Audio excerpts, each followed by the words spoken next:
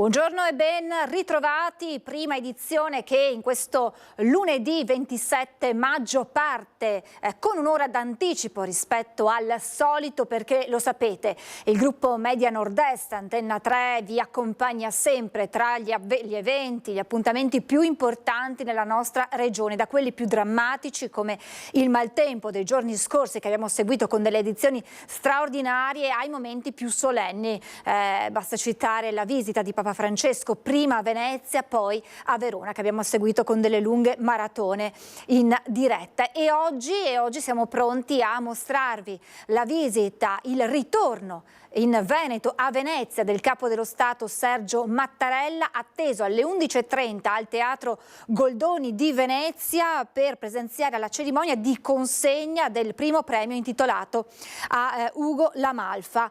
Un momento importante per la città e anche per la figura di Ugo La Malfa. È atteso anche il governatore Visco e ci sono già tanti volti noti della politica, dell'economia, che in questi minuti stanno raggiungendo il Goldoni in una Venezia blindata, e lo vediamo anche alle spalle del nostro Filippo Fois insieme a Sandro Ponchio, insomma una Venezia che nuovamente torna presidiata per l'arrivo del Capo dello Stato. Buongiorno Filippo. Buongiorno Francesca, buongiorno ai telespettatori di Antenna 3. Hai detto bene, questa area di Venezia adiacente al Teatro Goldoni è stata completamente chiusa al pubblico, lo vedete alle mie spalle, in quella direzione si va verso il Ponte di Rialto e poi alla vostra sinistra, naturalmente non lo si può vedere, ma dietro il Teatro Goldoni, che adesso con Sandro Ponchio vi facciamo vedere, c'è il Canal Grande. Dal Canal Grande arriverà il Presidente della Repubblica Sergio Mattarella ed entrerà qui nel teatro, dove vedete ad attenderlo in questo momento ci sono la rettrice dell'Università di Ca' Foscari, Tiziana Lipiello, e Giorgio La Malfa, il figlio di Ugo La Malfa, a cui è intitolata la fondazione, il premio che verrà assegnato questa mattina. Noi abbiamo avuto modo di intervistarli entrambi poco fa, per cui tra poco vi faremo sentire anche le loro voci. L'arrivo del Presidente della Repubblica è previsto per le 11:30. Tutti gli ospiti sono stati fatti entrare entro le 10:30 e in questo momento, lo vedete, sta arrivando Gentiloni, ed era appunto il motivo per cui in questo momento si trovavano fuori sia Giorgio La Malfa che Tiziana Lipiello. Gentiloni è, crediamo, dopo Mattarella, l'ultimo ospite che sta entrando al Teatro Goldoni. Lo vedete, naturalmente è uno degli ospiti più alti come cariche, essendo un commissario europeo all'economia, e di quello si parlerà oggi, di cooperazione internazionale, per cui diciamo che siamo proprio l'argomento è quello che ha contraddistinto molto del pensiero di Ugo La Malfa. Tra l'altro un pensiero che Ugo La Malfa aveva sviluppato già. Vedete che c'è anche la personalità che sarà premiata, che è la direttrice del Fondo Monetario Internazionale. Si tratta di Kristalina Georgieva. Scusate. Eccoli che entrano. Buongiorno, vuole venire? No, abbiamo provato a chiederle se voleva venire, ma evidentemente c'è anche un protocollo da rispettare, perché come vi dicevo le misure di sicurezza sono veramente molto severe, cioè tutti sono stati fatti entrare entro le 10:30 e abbiamo visto sfilare diverse autorità locali e nazionali. Assieme poi al Presidente della Repubblica Sergio Mattarella dovrebbe esserci, anzi ci sarà sicuramente il Presidente della Regione Zaia e il Sindaco di Venezia Luigi Brugnaro. Francesca. Adesso poi tornerò da te anche per capire da dove nasce questo premio, hai già anticipato a chi verrà consegnato, ma c'è tutta una storia che precede la decisione e lo ha spiegato il figlio di Ugo La Malfa in un'intervista, il perché questa volontà di concentrarsi proprio sulla figura di Kristalina Georgieva, la direttrice generale del Fondo Monetario Internazionale, perché proprio a lei questo conferimento. Io entrerei al Teatro Goldoni, dove ci sono Ilaria Marchiori con Alberto Pivetta, che hanno una visuale perfetta sulla platea e possono raccontarci chi seguirà questa cerimonia. Buongiorno Ilaria, tra l'altro in un Teatro Goldoni che si è messo a nuovo, ma magari ne parleremo in un successivo collegamento. Buongiorno Ilaria. Buongiorno a te Francesca, buongiorno ai nostri telespettatori. Esattamente del teatro ve ne parlerò più avanti, visto che fino all'arrivo del Presidente Mattarella avremo ancora modo di collegarci. Nel frattempo vi voglio dire che sono già stati fatti accomodare tutti gli ospiti, quelli che stanno mano a mano arrivando, accomodare nelle loro poltrone. Adesso con l'aiuto della telecamera, con l'aiuto di Alberto Pivetta, vi voglio far vedere già chi si è posizionato qui. Vediamo in prima fila c'è l'ex Presidente del Consiglio, ex Ministro dell'Economia Mario Monti. Vediamo alcuni rappresentanti in terza fila del Comune di Venezia, dall'assessore Costalonga, l'assessore Zuin, l'assessore Zaccariotto, accanto all'assessore Zaccariotto anche il Presidente del Porto Di Blasio, e poi ancora qui dall'altra parte ci sono il Presidente del Consiglio regionale Ciambetti, il Presidente del CNEL Renato Brunetta, i rappresentanti delle forze dell'ordine. Vediamo il Questore Bonaccorso, i comandanti regionali e provinciali della Guardia di Finanza, così anche dei Carabinieri e anche l'ammiraglio della Marina Militare, che tra l'altro abbiamo visto anche qualche giorno fa parlando dell'inaugurazione del Salone Nautico che sarà tra un paio di giorni. Come avevi detto tu proprio in apertura, Francesca, Venezia sta ospitando davvero tantissimi eventi, tantissime manifestazioni. È stato un mese davvero importante e impegnativo per la città. E appunto, parlando di quello che succederà qui questa mattina al Teatro Goldoni, si tratta della prima edizione del premio Ugo La Malfa, che è stato appunto istituito per iniziativa della Fondazione La Malfa, che vi voglio un po' spiegare come è nato. È stato istituito appunto per iniziativa della Fondazione, in collaborazione ovviamente con l'Università Ca' Foscari, dove tra l'altro ha studiato a suo tempo proprio La Malfa, e con il contributo anche della Fondazione del Teatro Stabile del Veneto, proprio nell'ambito di un accordo quadro tra la Fondazione e l'Università Intesa San Paolo, che è proprio finalizzato a realizzare una serie di iniziative per la formazione dei giovani e lo sviluppo proprio della ricerca nei campi della cooperazione internazionale e dell'integrazione europea. Ecco un attimo. E di verificare di aver disattivato i telefoni cellulari. Al termine della cerimonia si invitano i gentili ospiti a rimanere ai propri posti per consentire l'uscita del Capo dello Stato. Ecco, come sentite, mano a mano stanno arrivando le indicazioni proprio per accomodarsi, perché ormai sono quasi le 11:10, quindi a brevissimo arriverà proprio il Presidente Mattarella. L'agenda dovrebbe essere puntualissima, nel rispetto massimo degli orari, e non ci saranno altri appuntamenti al termine di questa premiazione, che, come appunto hai anticipato tu, verrà data a Kristalina Georgieva, che è la direttrice generale del Fondo Monetario Internazionale e che proprio è completamente inerente a quello che è l'obiettivo e lo scopo di questo premio, che, lo ricordiamo, è alla sua prima edizione. Proprio anche per questo la presenza del Presidente Mattarella, che tra l'altro noi avevamo avuto ospite qui in città a Venezia lo scorso novembre, il 24 se non erro, quando si era recato alle procuratie per un'altra inaugurazione, ed era stato un momento importante e toccante anche questo. quello.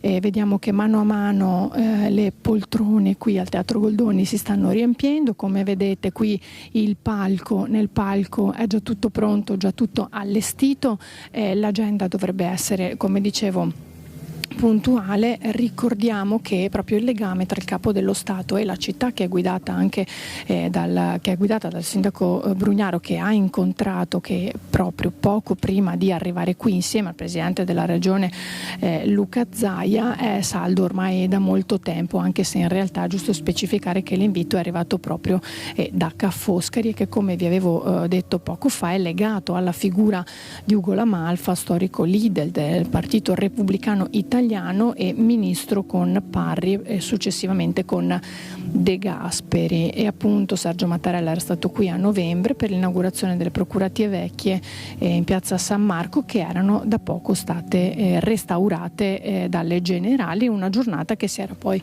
conclusa con un bellissimo concerto al Gran Teatro La Fenice. Ecco, Francesca, questo è quello che sta accadendo qui in questo momento al Teatro Goldoni. Nel frattempo non so se siate già riusciti ad avere le interviste che sono state realizzate poco prima di collegarci. Se tu non hai domande, io nel frattempo ti restituisco la linea. Ilaria, torniamo tra un po' da te, così ci racconti anche di questo Teatro Goldoni che si è messo a nuovo anche per la visita del Capo dello Stato, come aveva anticipato Filippo Fois, che si trova all'esterno del Teatro Goldoni in attesa di documentare l'arrivo del Capo dello Stato. Ha raggiunto importanti personaggi del mondo della politica e non solo. Sentiamo intanto le parole del senatore, segretario regionale del Partito Democratico, Andrea Martella. Qual è l'importanza di assegnare questo premio alla direttrice del Fondo Monetario Internazionale? È un premio che si ricollega alla memoria di Ugo La Malfa, che proprio a Ca' Foscari aveva studiato, e l'università ha voluto conferire questo premio in onore alla sua figura, ai suoi studi e anche alla prospettiva che riguarda il nostro Paese in ambito europeo. E quindi è un premio molto importante, lo sta a testimoniare la presenza oggi del Presidente della Repubblica. Si parla di cooperazione internazionale, è un argomento sensibile in una fase in cui si stanno accendendo parecchi nazionalismi. Sì, direi che è proprio questo il discrimine alle prossime elezioni europee. Da una parte c'è chi vuole alzare muri e barriere e ponti, dall'altra parte c'è chi invece, come noi, vuole costruire un'Europa più solidale, capace di cooperare meglio, di affrontare le grandi questioni che riguardano questo tempo, dalle guerre alle migrazioni, alla crisi demografica, alle necessità di fare dell'Europa un continente che abbia una dimensione politica importante anche dal punto di vista della sicurezza e della difesa. Grazie. E queste le parole del senatore del Partito Democratico Andrea Martella sull'importanza della presenza del Capo dello Stato per questo riconoscimento altrettanto importante alla figura di Ugo La Malfa. Adesso invece le parole l'abbiamo vista all'esterno del teatro in attesa di accogliere il Capo dello Stato, la rettrice Tiziana Lipiello, rettrice dell'Università Ca' Foscari. Sta arrivando? Sì, allora andiamo in diretta, torniamo, eccole qui, Filippo. Sì, eccoci Francesca, siamo proprio all'arrivo del Presidente della Repubblica Sergio Mattarella, che ci è stato confermato arriverà in compagnia del Presidente della Regione Luca Zaia e del Sindaco di Venezia Luigi Brugnaro. Credo che già li vedete nell'inquadratura di Sandro Ponchio. Siamo anche in anticipo, devo dire, sulla tabella di marcia. Era previsto l'arrivo alle 11:30, siamo circa con un quarto d'ora di anticipo. Ecco, vedete la Malfa che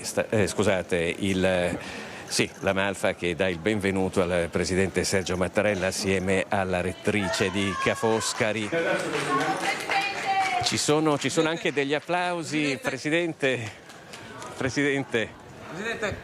Noi vediamo se riusciamo, ma credo che forse riusciamo ad avvicinarlo dopo la cerimonia, ma ecco, vedete che entrano subito, anche perché comunque tra poco inizia inizia comunque il ricevimento, quindi avete visto il saluto da parte di Giorgio La Malfa e da parte della rettrice Tiziana Lipiello. C'è un rapporto molto stretto tra l'Università di Venezia e questo riconoscimento, perché Ugo La Malfa studiò proprio a Ca' Foscari a Venezia nella prima metà degli anni '20 e maturando poi quello che è stato il suo pensiero, il pensiero che tra l'altro caratterizza anche il premio che viene assegnato oggi per la prima volta qui al Teatro Goldoni di Venezia. Infatti la scelta di premiare la direttrice del Fondo Monetario Internazionale è un messaggio politico per quello che riguarda la cooperazione internazionale anche dal punto di vista economico. Ugo La Malfa ha iniziato la sua attività in un periodo non facile per il nostro paese e l'Italia era sotto il regime fascista, si avviava verso la guerra. Ebbene, nonostante queste divisioni e questi nazionalismi, proprio in quel periodo Ugo La Malfa ha maturato un'idea di un'istituzione europea che racchiudesse le nazioni del continente, come poi è accaduto nel dopoguerra, e anche di un libero scambio all'interno dell'Europa innanzitutto e poi verso il resto del mondo. Il Fondo Monetario Internazionale fu fondato proprio dopo la Seconda Guerra Mondiale, fu importante perché permise alle nazioni che avevano perso la guerra di rimettersi in piedi economicamente. Questo è un errore, lo diceva anche Giorgio La Malfa presentando questo premio e le motivazioni di questo premio.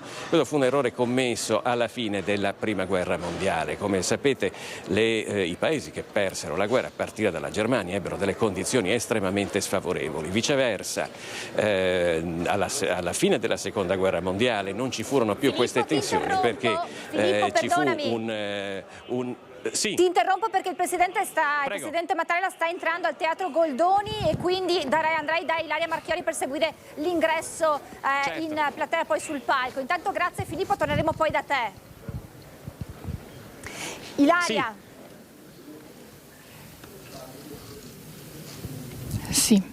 Sì, Francesca, eccoci qui, sta per entrare il Presidente della Repubblica Sergio Mattarella, è stato preceduto dal Sindaco di Venezia Luigi Brugnaro, dal Prefetto Darco Pellos e dal Presidente della Regione Luca Zaia che si stanno per accomodare anche loro e a brevissimo entrerà proprio il Presidente Mattarella, lo stiamo attendendo anche noi. In questo momento c'è il cerimoniale del Sindaco di Venezia che sta posizionando anche le altre autorità del comune e come stiamo vedendo anche dalle riprese si sta accomodando appunto il Sindaco Brugnaro insieme al Presidente Zaia e al Prefetto di Venezia che abbiamo appena visto. Come vi dicevo anche prima, in prima fila c'è l'ex presidente Mario Monti e a brevissimo dovrebbe proprio entrare il presidente Mattarella. Mentre noi aspettiamo questo ingresso, io vi volevo un po' parlare, come avevamo detto prima, del Teatro Goldoni che appunto con i suoi 402 anni si sta preparando ad accogliere il Presidente della Repubblica per la cerimonia di consegna del premio Ugo La Malfa per la cooperazione internazionale che, ricordiamolo, sarà consegnato alla direttrice generale del Fondo Monetario Internazionale Kristalina Georgieva.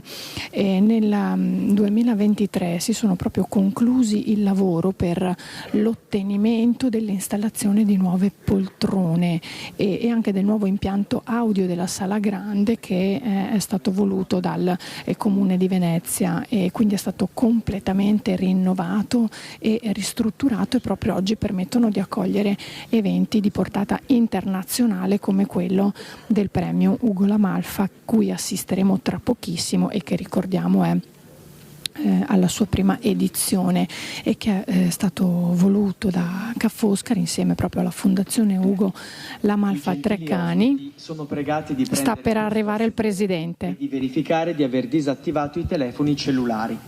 Al termine della cerimonia si invitano i gentili ospiti a rimanere ai propri posti per consentire l'uscita del Capo dello Stato.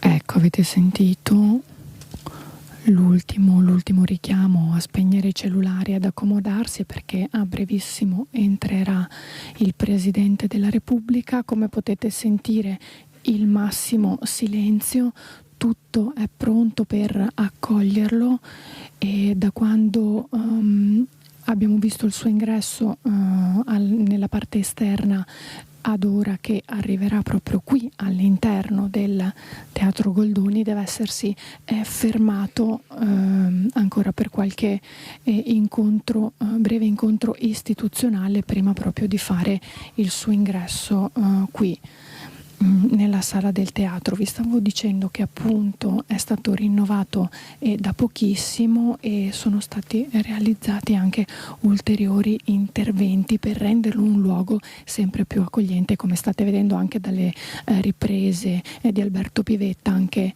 bellissimo e scenografico. Non servono proprio parole per descriverlo, non si poteva ospitare il Presidente in una location migliore di questa. E dicevamo, sono state rinnovate anche le tende di velluto della platea con nuovi colori, il pavimento del foyer installato nuove luci e LED nei lampadari, che forse riusciamo anche a farvi vedere, perché anche noi, eccoli qui, li state vedendo proprio la magnificenza di questo splendido teatro, e anche ridipinto il colonnato e l'accesso alle biglietterie, quindi è completamente rinnovato. Tra l'altro il Presidente, e secondo me potrebbe essere che lo stia facendo proprio in questo momento, potrebbe ammirare l'imponente opera dell'artista Olimpia Biasi, come un manto per le lucciole, che è stata presentata proprio a Venezia, realizzata grazie appunto alla collaborazione con la Fondazione del Teatro Stabile, ed è un imponente arazzo, pensate, realizzato con un intreccio di tessuti di recupero su una rete industriale lungo 7 metri e alto 1,20, tra cui anche pezzi di velluto delle vecchie poltrone di sala dismesse, quelle che poi insomma sono state completamente rinnovate, e quindi hanno utilizzato parte di questo materiale per realizzare questo arazzo che senza ombra di dubbio il Presidente potrà ammirare e osservare. E a breve dovrebbe essere qui, perché manca davvero poco. Il suo ingresso era previsto per le 11:30, dunque mancano pochi minuti, e quindi dovrebbe entrare tra pochissimo. Se Francesca ho ancora un po' di tempo, io vi vorrei parlare, mentre aspettiamo l'ingresso del Presidente della Repubblica, anche della figura di Ugo La Malfa. Questo dovresti dirmelo tu in base ai tempi che abbiamo. Ilaria, continua pure fino a quando non vedi arrivare il Presidente Mattarella all'interno proprio del teatro. Probabilmente starà scambiando, oltre che ammirare le opere che ci hai elencato, starà probabilmente scambiando delle parole anche con il sindaco, con il Presidente della Regione, con lo stesso figlio di Ugo La Malfa, prima appunto della cerimonia ufficiale. Vai pure avanti, Ilaria. Ecco, sì, allora il Presidente Zaia e il Sindaco Brugnaro si sono già accomodati, e quindi li abbiamo proprio qui che stanno aspettando anche loro l'arrivo del Presidente della Repubblica, così anche come è entrato insieme a loro il prefetto. Vi stavo dicendo appunto che Ugo La Malfa è stato uno degli esponenti della lotta contro il fascismo, membro dell'Assemblea Costituente, e soprattutto uno dei protagonisti della vita politica italiana del secondo dopoguerra. Perché Ca' Foscari? Perché lui, come vi dicevo anche prima, si è proprio laureato all'Università di Ca' Foscari nel 1926 e lavorò anche all'Enciclopedia Treccani. Successivamente diresse anche l'ufficio studi della Banca Commerciale Italiana, che ora è Intesa San Paolo, e con cui è stato fatto questo accordo di recente di cui parlavamo proprio prima, che ha voluto poi dare questi riconoscimenti a livello internazionale, come quello che verrà conferito proprio oggi a Kristalina Georgieva, la direttrice generale del Fondo Monetario Internazionale, e cui ne seguiranno altri, visto che qui siamo alla prima edizione di questo importante premio. È stato Ugo La Malfa parlamentare, più volte segretario del Partito Repubblicano Italiano, e i motivi di fondo della sua azione politica sono stati proprio la ricostruzione della democrazia italiana dopo gli anni del totalitarismo, il superamento dell'arretratezza economica del paese, il suo inserimento proprio nelle nascenti istituzioni democratiche europee e per la costruzione di un mondo libero dalle guerre. Proprio per ricordare la sua figura, l'Università Ca' Foscari, l'Enciclopedia Treccani e la Fondazione La Malfa, in collaborazione appunto con Intesa San Paolo, hanno istituito questo premio che va conferito a personalità che contribuiscono con la loro opera proprio a difendere e promuovere questi valori. Quindi avete capito anche l'importanza di questo premio. Come vediamo anche dalle immagini, in questo momento stanno iniziando ad arrivare. Ecco, qui siamo qui con come vedete stanno entrando, vedete la stretta di mano. È arrivato il governatore onorario della Banca d'Italia Ignazio Visco, Kristalina Georgieva. Vedete, ecco, un abbraccio con l'ex presidente Mario Monti. Ecco qui, quindi questo ci fa pensare che a brevissimo entrerà anche il presidente della Repubblica Mattarella. Ecco, qui si stanno prendendo gli ultimi posti, come potete vedere. E nel frattempo, proprio mentre noi attendiamo l'arrivo,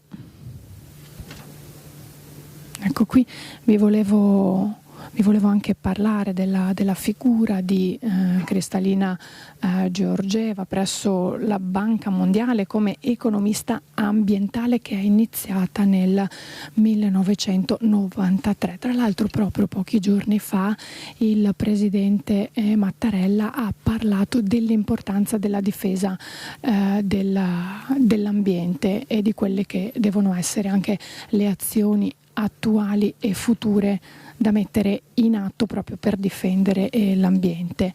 E dunque, dicevamo, Kristalina Georgieva ha iniziato appunto la sua carriera nel 1993, mentre poi dal 2010 al 2014 è stata commissario per la cooperazione internazionale, gli aiuti umanitari e proprio la risposta dell'Unione Europea alla crisi, gestendo un portafoglio di aiuti umanitari fra i più ingenti al mondo.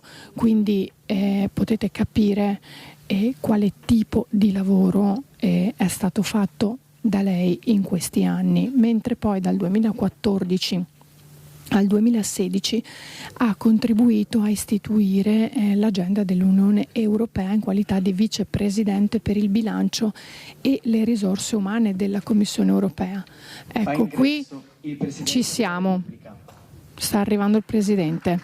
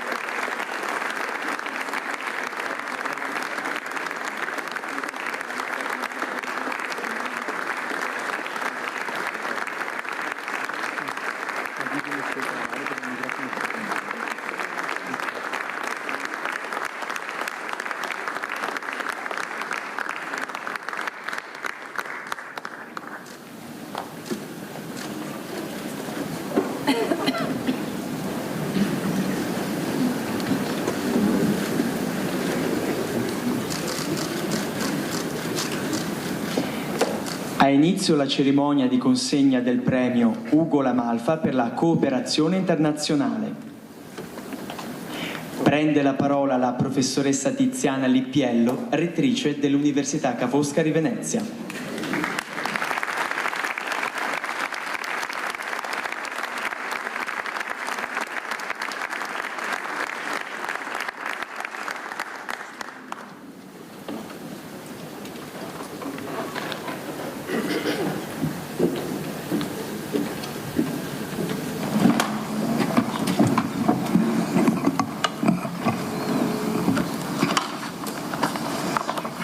Signor Presidente della Repubblica, autorità civili e militari, colleghe e colleghi del corpo docente e del personale tecnico-amministrativo, scientifico, bibliotecario, collaboratori ed esperti linguistici, studentesse e studenti, dottorande e dottorandi, gentili ospiti, amiche e amici. Buongiorno, benvenute e benvenuti a questo importante evento. È un'emozione, un gran privilegio averla con noi oggi, signor Presidente, in un momento così complesso e difficile del nostro lavoro e vorrei dire della nostra vita. La sua presenza conferisce valore alle iniziative che l'Università Ca' Foscari Venezia, insieme a Fondazione Ugo La Malfa, Enciclopedia Treccani e con Intesa San Paolo, intende promuovere per ricordare Ugo La Malfa, uno dei suoi studenti più illustri, che qui compì i suoi studi 100 anni fa e si laureò nel 1926 in scienze diplomatiche consolari. Il nostro progetto per ricordare Ugo La Malfa vede l'impegno futuro nella formazione sui temi della cooperazione internazionale, nonché il conferimento periodico di un riconoscimento a personalità del mondo della cultura e delle istituzioni. Sarà dopo di me il governatore Ignazio Visco a illustrare le ragioni che ci hanno condotto a conferire alla direttrice generale del Fondo Monetario Internazionale Cristalina Georgieva, che qui saluto con calore, il premio Ugo La Malfa, oggi alla sua prima edizione. Consentitemi di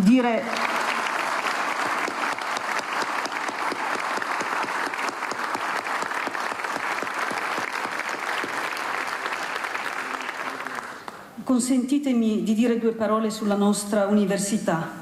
Fondata nel 1868, Ca' Foscari si pose come finalità civica la formazione di economisti, esperti di diritto, geografia, matematica, storia economica, lingue e culture europee ed extraeuropee, e dopo meno di un secolo si aprì alle scienze, agli studi umanistici, ai beni culturali, di cui sono tanto ricchi questa città e la regione Veneto. Oltre all'economia e alla gestione aziendale si studiavano il diritto, le lingue e le culture europee, il giapponese e il turco furono le prime lingue, e in seguito il cinese, l'arabo, lo hindi, l'armeno, il vietnamita, il coreano e altre lingue, complessivamente 40 tra classiche e moderne, utili per il dialogo e la negoziazione con i vari popoli del mondo. Si guardava con interesse commerciale e curiosità intellettuale a Oriente, secondo la vocazione storica di Venezia. A Oriente, dove il famoso viaggiatore e mercante veneziano Marco Polo si recò e rivelò la grandezza di Venezia, dell'Italia, affinando le proprie doti diplomatiche e umane, oltre che le competenze tecniche e commerciali ereditate dal padre. Quest'anno celebriamo i 700 anni della morte di Marco Polo e con il Comitato Nazionale presieduto dal Sindaco di Venezia vogliamo ricordare con tante iniziative nazionali e internazionali la sua straordinaria dimensione umana, aperta al dialogo, alla conoscenza reciproca e al rispetto fra i popoli. Nei prossimi anni ci attendono molte sfide ambiziose. Se penso all'università, ci attende quella di creare a Venezia una città capace di accogliere talenti da tutto il mondo e offrire loro servizi adeguati, mettendo al centro le esigenze delle studentesse e degli studenti. Possiamo farlo soltanto con le istituzioni e con le imprese al nostro fianco, insieme. Signor Presidente, mi consenta di ricordare queste sue parole. Abbiamo bisogno di un'Unione Europea forte ed efficace, che sia leader globale nella transizione verso uno sviluppo sostenibile, climaticamente neutrale e trainata dal digitale. Occorre un'Unione nella quale ci possiamo tutti identificare, certi di aver fatto il possibile a beneficio delle generazioni future. Insieme possiamo raggiungere questo obiettivo. Ebbene, condividendo queste sue parole, insieme desideriamo cogliere questa occasione per richiamare l'attenzione sull'importanza della ricerca di base e applicata per la formazione, per la crescita del Paese, dell'Europa e del mondo intero. Le istituzioni scolastiche, culturali, universitarie e di ricerca forniscono gli strumenti intellettuali e metodologici con cui affrontare le sfide e la complessità della globalizzazione. È necessario un patto fra queste istituzioni, le istituzioni locali e i vari ministeri, le aziende e le fondazioni, per perseguire il medesimo obiettivo, nessuno escluso. È importante valorizzare il capitale intangibile, la conoscenza e quindi il capitale umano, perché la crescita di un Paese può compiersi veramente solo se la crescita economica si accompagna a una crescita culturale e qualitativa dei suoi cittadini. Enrico Mattei disse che la nostra principale ricchezza sono le persone, la loro formazione è non tanto un mezzo, quanto piuttosto il fine. Noi, come università italiane ed europee, perseguiamo questi obiettivi anche all'interno delle alleanze europee. Le alleanze europee non sono un progetto, sono un processo trasformativo verso un'Europa unita e coesa, pur nel rispetto delle diversità. La collaborazione europea e transnazionale è fondamentale in questo momento storico. Soltanto con la conoscenza, con il dialogo, si può prevenire la violenza. Come disse Albert Einstein, il contributo più prezioso degli intellettuali alla riconciliazione internazionale e alla duratura fratellanza fra gli uomini risiede nelle loro creazioni scientifiche e artistiche, perché queste elevano lo spirito umano al di sopra di scopi personali ed egoistici nazionalisti. Gli intellettuali non dovrebbero mai stancarsi di sottolineare il carattere internazionale dei beni più preziosi dell'umanità. Nell'attuale scenario in cui tutti ci troviamo a operare, le parole di questo straordinario fisico intellettuale ci restituiscono fiducia nel nostro lavoro e nella nostra possibilità di incidere sul piano collettivo in vista del bene comune. Proprio sull'importanza delle università come luogo di costruzione delle relazioni fra individui e fra popoli insisteva Einstein nel discorso appena richiamato e da cui voglio citare poche significative parole ancora.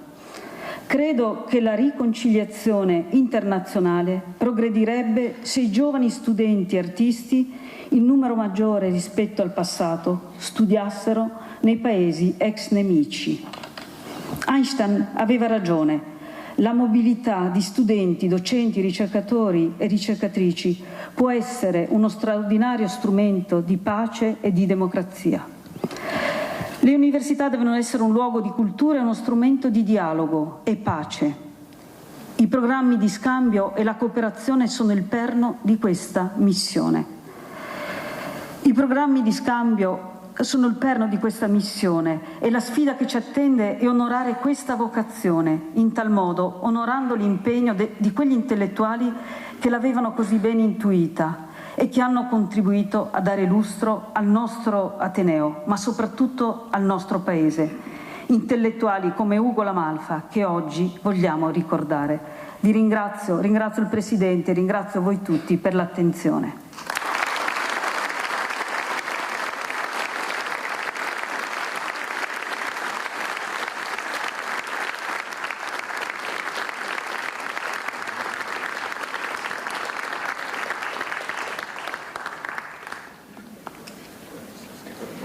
Prende la parola il professor Ignazio Visco, governatore onorario della Banca d'Italia.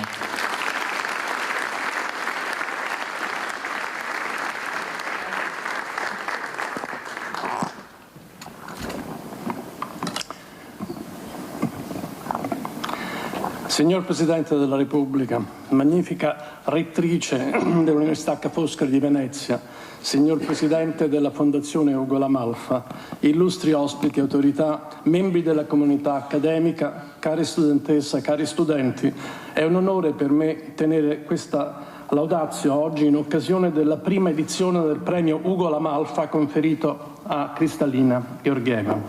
Kristalina Georgieva è una voce particolarmente importante nella comunità politica, economica e finanziaria internazionale.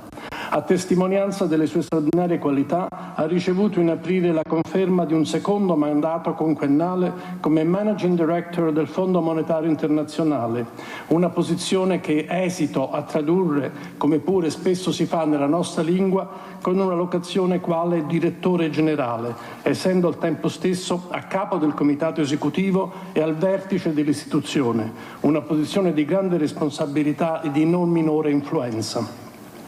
Nei molti anni in cui sono stato governatore della Banca d'Italia ho avuto molte occasioni di incontrare la signora Georgieva, di ascoltare le sue osservazioni e opinioni sull'economia europea e internazionale, di discutere con lei di fondamentali questioni politiche e istituzionali. Ho sempre apprezzato la sua profonda comprensione della natura dei problemi e la sua spiccata capacità di ascolto e di confronto con gli altri, consapevole delle difficoltà e dei rischi che abbiamo di fronte, ma sempre in grado di ricercare soluzioni il più possibile lungimiranti e condivise. I suoi straordinari successi contribuiscono a mettere ancora più in risalto l'impegno e la passione con cui ha affrontato e superato le difficoltà incontrate sia negli anni della formazione sia nel corso della sua carriera professionale. Brillante negli studi, la sua formazione universitaria, compresi gli anni del dottorato, ha avuto luogo a Sofia, nella Bulgaria degli anni 70 e 80, dove iniziò a insegnare in un sistema governato dalle regole e dai vincoli propri di un'economia pianificata. Sappiamo peraltro che oggetto della sua tesi di dottorato era stata la politica di protezione ambientale e la crescita economica negli Stati Uniti. L'economia dell'ambiente, insieme con le condizioni per l'uscita dal sottosviluppo, quelli erano ancora gli anni del terzo mondo, e la stessa sostenibilità dello sviluppo economico e sociale avrebbe poi continuato a costituire una pietra miliare dei suoi interessi di economista e di policy maker. Con determinazione, certamente mossa da una innata curiosità intellettuale, con una borsa di studio resa possibile dalle trasformazioni già in corso nell'Europa dell'Est nella seconda metà degli anni '80 e dopo un intenso periodo e breve periodo di apprendimento della lingua inglese, decise di proseguire la sua attività di studio e ricerca presso la London School of Economics. Ebbe quindi modo di confrontarsi con un sistema economico totalmente diverso, appropriandosi rapidamente delle conoscenze necessarie per comprendere prima e comunicare poi gli istituti fondamentali e le caratteristiche di un'economia di mercato. Ricordo che mi disse anni fa che fu proprio quel periodo di ricerca e di studio a metterla in grado, caduto il muro di Berlino e crollata la cortina di ferro, di scrivere il primo testo universitario di microeconomia pubblicato in Bulgaria.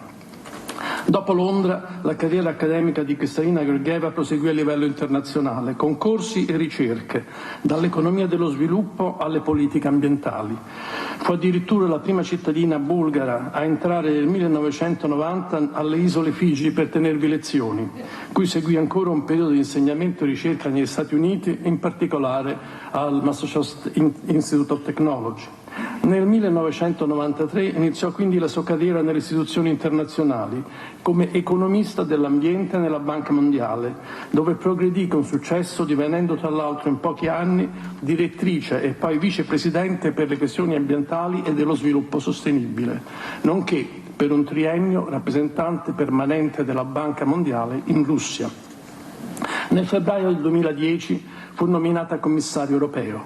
In tale veste ebbe la guida fino all'ottobre del 2014 della cooperazione internazionale, degli aiuti umanitari e della risposta alle crisi, con risultati fin da subito tali da valerle il riconoscimento del settimanale European Voice di cittadina europea e di commissario europeo per il 2010. Divenuta poi vicepresidente della Commissione nel novembre del 2014, con la cruciale responsabilità del bilancio e delle risorse umane, la lasciò 2 anni dopo per ritornare a Washington come amministratore delegato CEO del gruppo Banca Mondiale. Da qui, come è noto, nell'ottobre del 2019 attraversò la strada per andare a dirigere il Fondo Monetario Internazionale e oggi si appresta a proseguire in questo prestigioso incarico per un secondo mandato. La breve sintesi della carriera e delle responsabilità internazionali ricoperte dalla signora Georgieva che ho appena proposto è necessariamente incompleta, non facendo riferimento agli altri incarichi ricoperti, alle sue pubblicazioni e ai molti riconoscimenti ricevuti nel corso degli anni.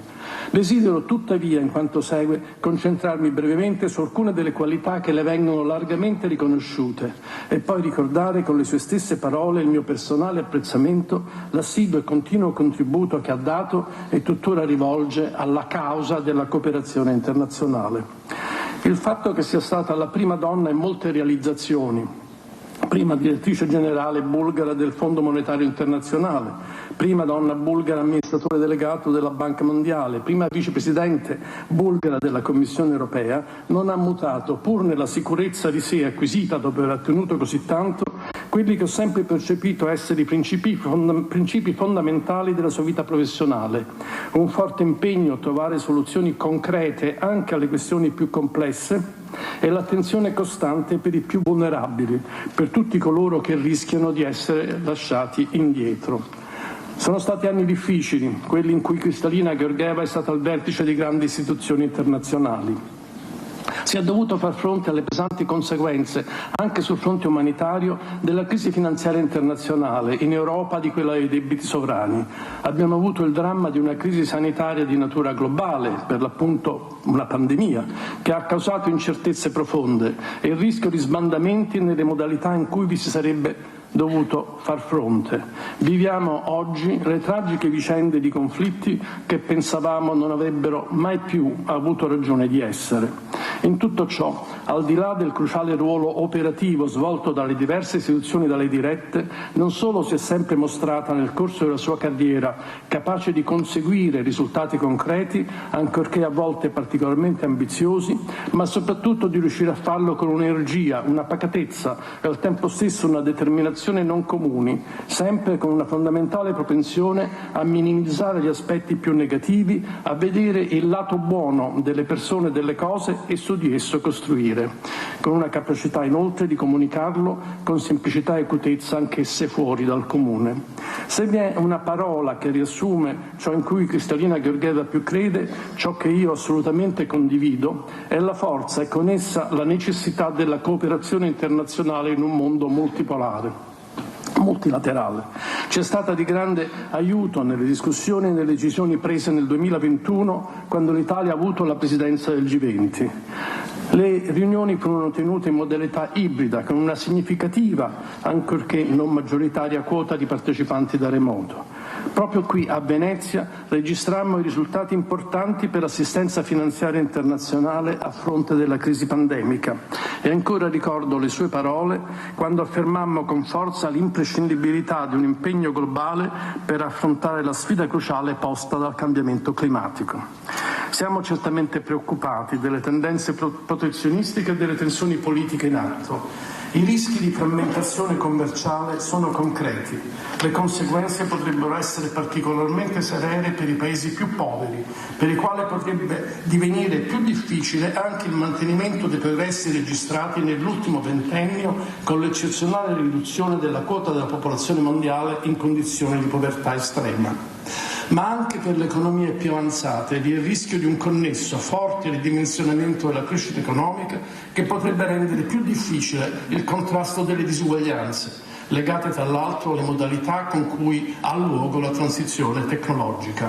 E la stessa transizione verde rischierebbe di diventare più difficile se non affrontata, come pure a Venezia affermammo, con un impegno davvero coordinato e globale.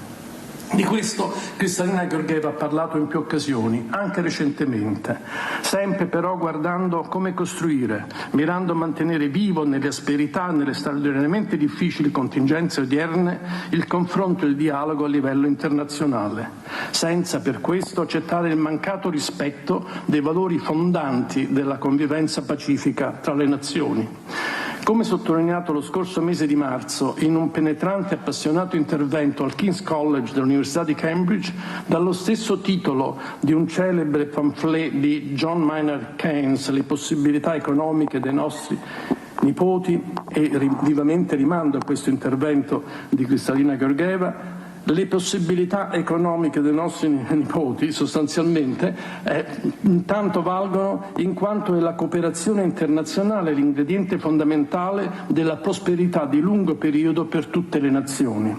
Un lungo periodo nel quale, richiamando proprio le parole di Keynes, negli anni drammatici della seconda economica dei nostri nipoti sostanzialmente intanto valgono in quanto è la cooperazione internazionale l'ingrediente fondamentale della prosperità di lungo periodo per tutte le nazioni.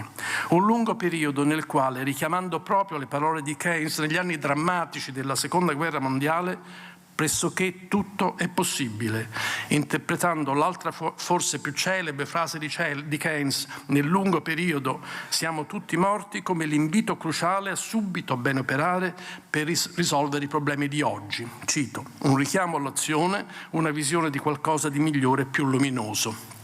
Credo infine che vi sia veramente molto da imparare da Kristalina Georgieva anche per quanto riguarda ciò che oggi a noi sta particolarmente a cuore, il futuro dell'Europa. Concludo quindi con le sue più recenti parole, traendole da un intervento tenuto a Bruxelles poco meno di un mese fa. Il mondo ha bisogno di un'Europa forte e coesa per difendere l'ordine basato sulle regole, per mostrare al mondo quanto si guadagna lavorando insieme, per dare l'esempio. E insieme l'Europa è più forte, insieme l'Europa è più ricca, insieme l'Europa conta di più. Grazie.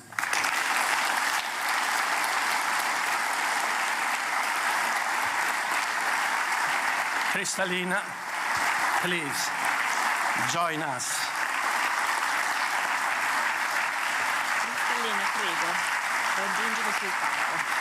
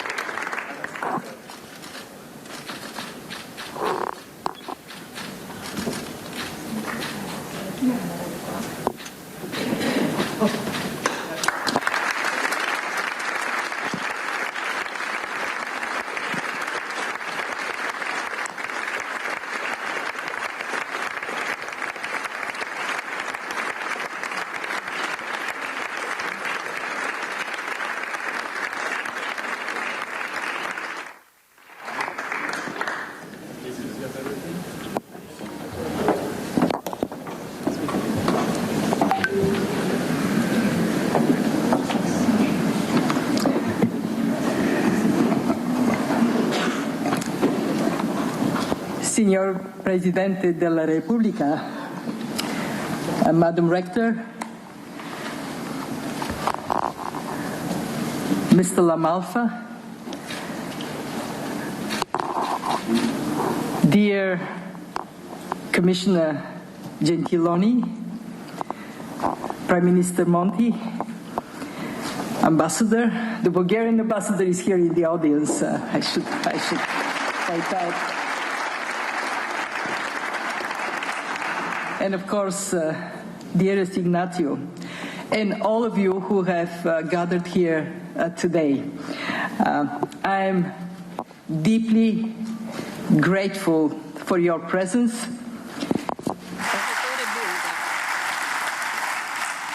And of course, dearest Ignazio, and all of you who have gathered here today.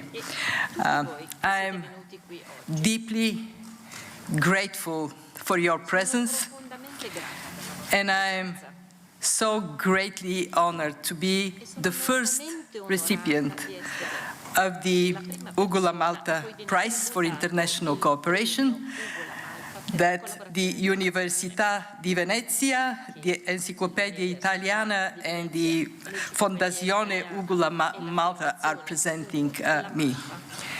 I must say, this only makes my resolve to serve our family of nations, keep them together, even stronger. And as you can see, I'm very deeply touched. Ignazio, you also almost brought me to tears, but here I am, I'm holding on.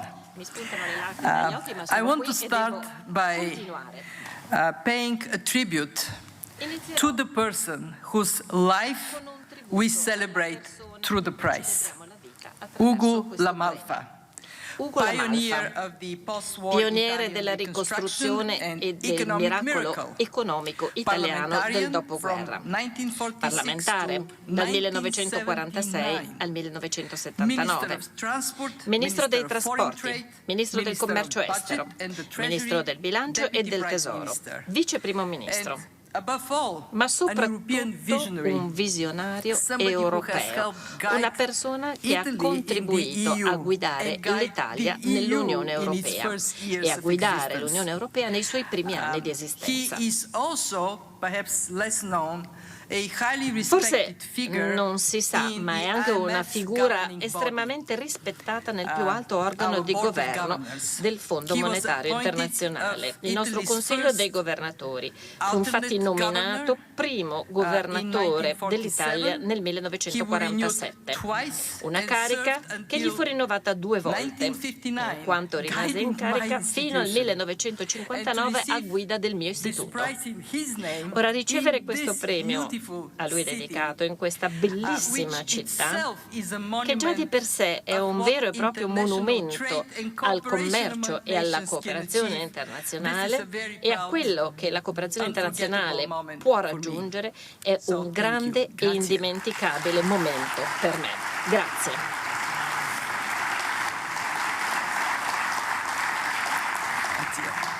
I would like to use my remarks. Le mie brevi osservazioni di oggi raccontano la storia della cooperazione economica globale dalla Seconda Guerra Mondiale, una storia che è strettamente intrecciata con le mie esperienze personali, esperienze che mi hanno resa un incrollabile ottimista.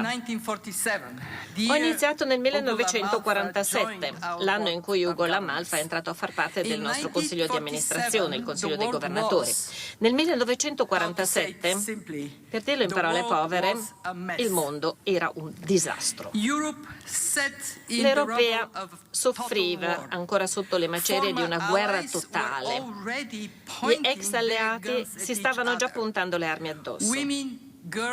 Donne, ragazze e anziani, molti dei giovani erano morti, spostavano a mano le macerie. L'Italia era devastata. Anche i suoi siti culturali di inestimabile valore erano devastati. In Giappone intere città erano ridotte in cenere. In India la partizione, in Cina e altrove la fame.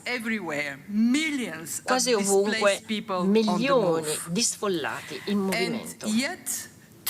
Eppure, 3 anni prima, mentre gli alleati occidentali lottavano a partire dalla Normandia, mentre l'Armata Rossa conduceva vaste battaglie ad est, ecco che un gruppo di statisti si riuniva a Bretton Woods nel New Hampshire per creare un nuovo ordine economico globale, dal quale sarebbe derivato un grande progresso economico. Guardando al passato, dati i risultati positivi, è doppiamente deplorevole e triste che per i primi 45 anni un'ampia parte del globo, il blocco sovietico, sia rimasta fuori dal sistema di Bretton Woods. Un mondo diviso. Partiamo con la prima fase della mia vita. in Bulgaria. Negli anni 50, mentre l'Italia cresceva del 7% all'anno, io ero una bambina nel mondo comunista. Guardando indietro, guardando al passato e sapendo quello che so ora, quello era veramente un posto freddo. La guerra fredda era più fredda da noi. Certo, non tutto era negativo, l'istruzione era gratuita, le donne potevano studiare e lavorare, c'era un'assistenza sanitaria di base, ma nel complesso la vita dall'altra parte della cortina di ferro era frugale e oppressiva. La pianificazione centrale, oggi lo possiamo dire con certezza, era destinata al fallimento. Un sistema in cui i fedeli del partito decidevano come allocare i risparmi del popolo non poteva competere con la vivace energia imprenditoriale di mercati, economie e società più giuste. Quindi il sistema sovietico dapprima si incrinò e poi si ruppe. Fase 2 della mia vita, il salto dalla pianificazione centrale ai mercati. Come avete sentito da Ignazio, quando cadde il muro di Berlino nel 1989, io ero una delle poche persone bulgare che era già stata dall'altra parte. Come è stato possibile? Ora, quando Gorbaciov salì al potere e diede inizio alla glasnost e alla perestroika, per la prima volta ci fu permesso di fare domanda per borse di studio in Occidente. Io lo feci e, come avete sentito, ebbi la fortuna di andare alla London School of Economics.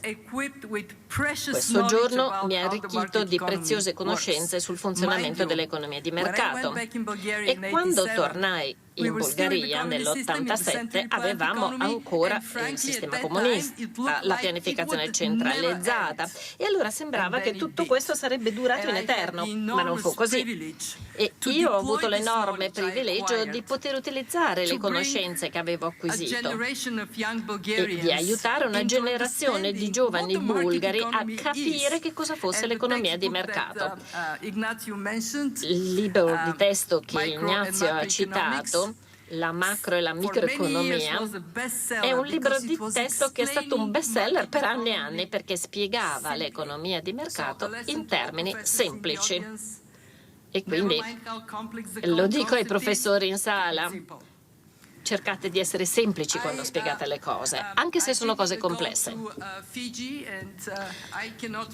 Poi andai alle Figi e non posso non raccontarvi che cosa è successo al mio arrivo. Al mio arrivo la funzionaria al controllo passaporti mi chiese, scrivendo nel suo computer: ma da dove viene? Io risposi: dalla Bulgaria. Lei ricontrollò il computer e mi disse: ma non esiste questo paese. Ovvio, perché io ero la prima bulgara che era riuscita ad arrivare fino alle Figi.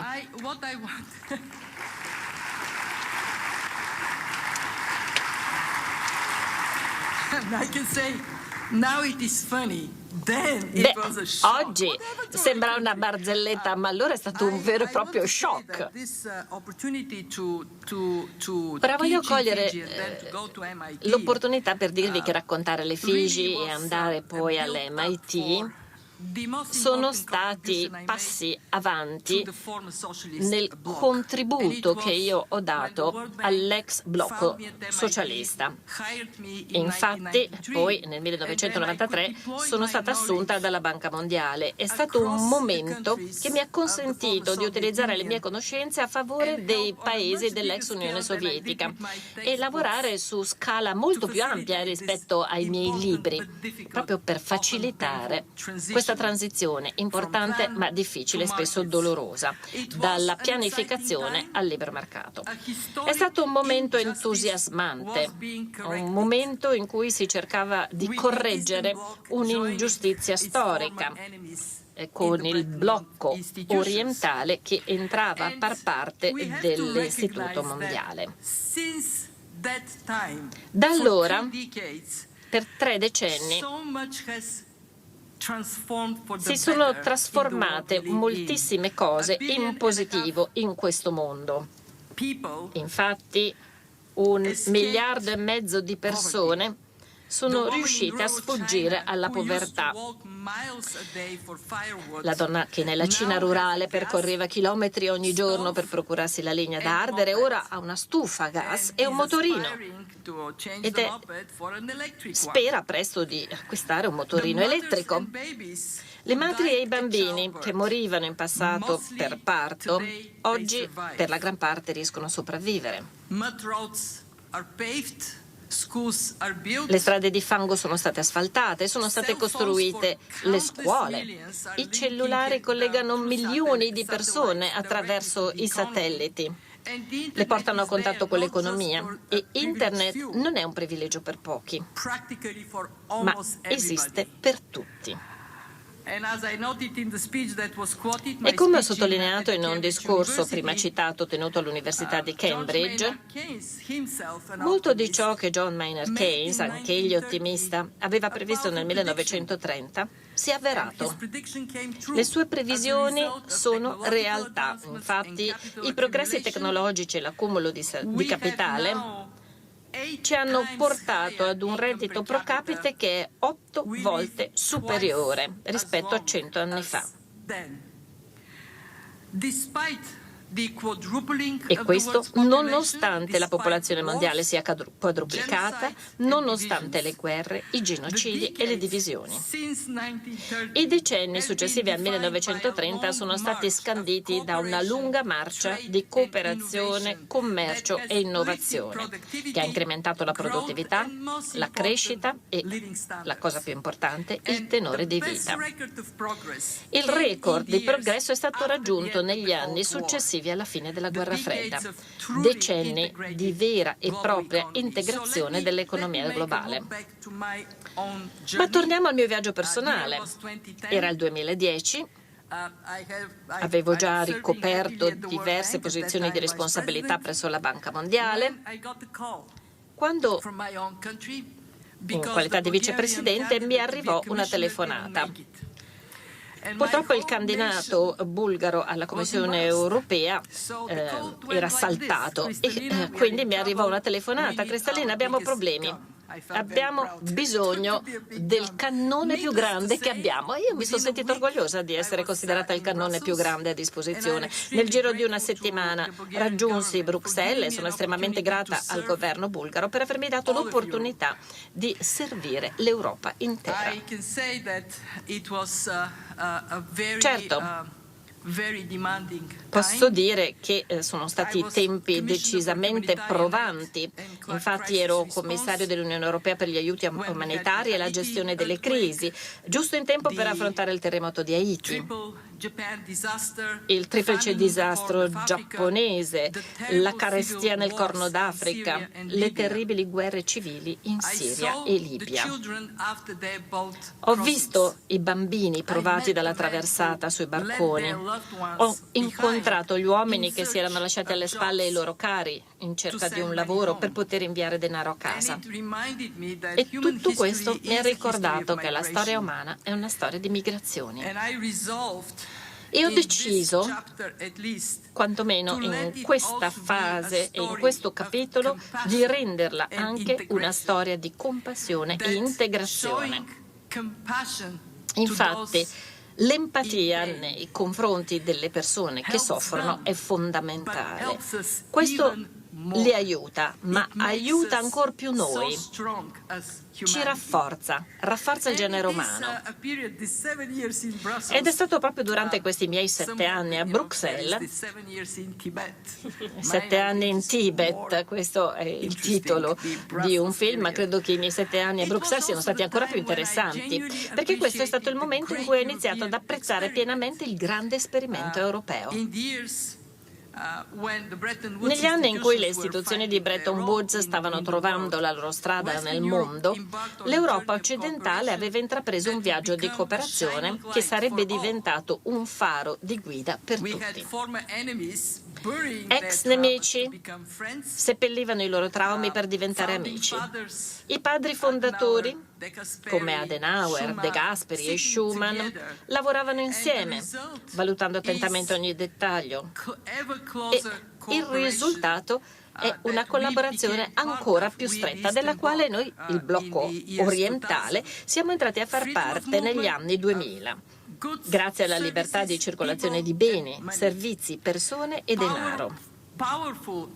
Un potente motore di convergenza, indubbiamente un driver della prosperità nell'Unione. Semmai c'è stato un esempio di cooperazione internazionale, l'Unione Europea è proprio questo. L'Italia non può che essere orgogliosa di esserne stata parte fin dall'inizio. E, signor Presidente, congratulazioni, complimenti per il vostro ruolo così partecipe. Insieme siamo più forti. Grazie.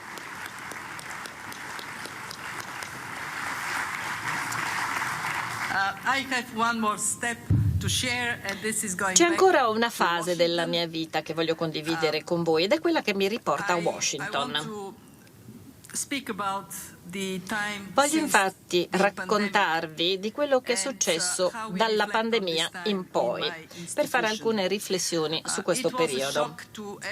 È stato indubbiamente uno sciocco per tutti vedere il mondo fermarsi ed è stato uno shock che per primo ha colpito l'Italia, scatenando un dolore che è ancora vivo nella memoria di tutti.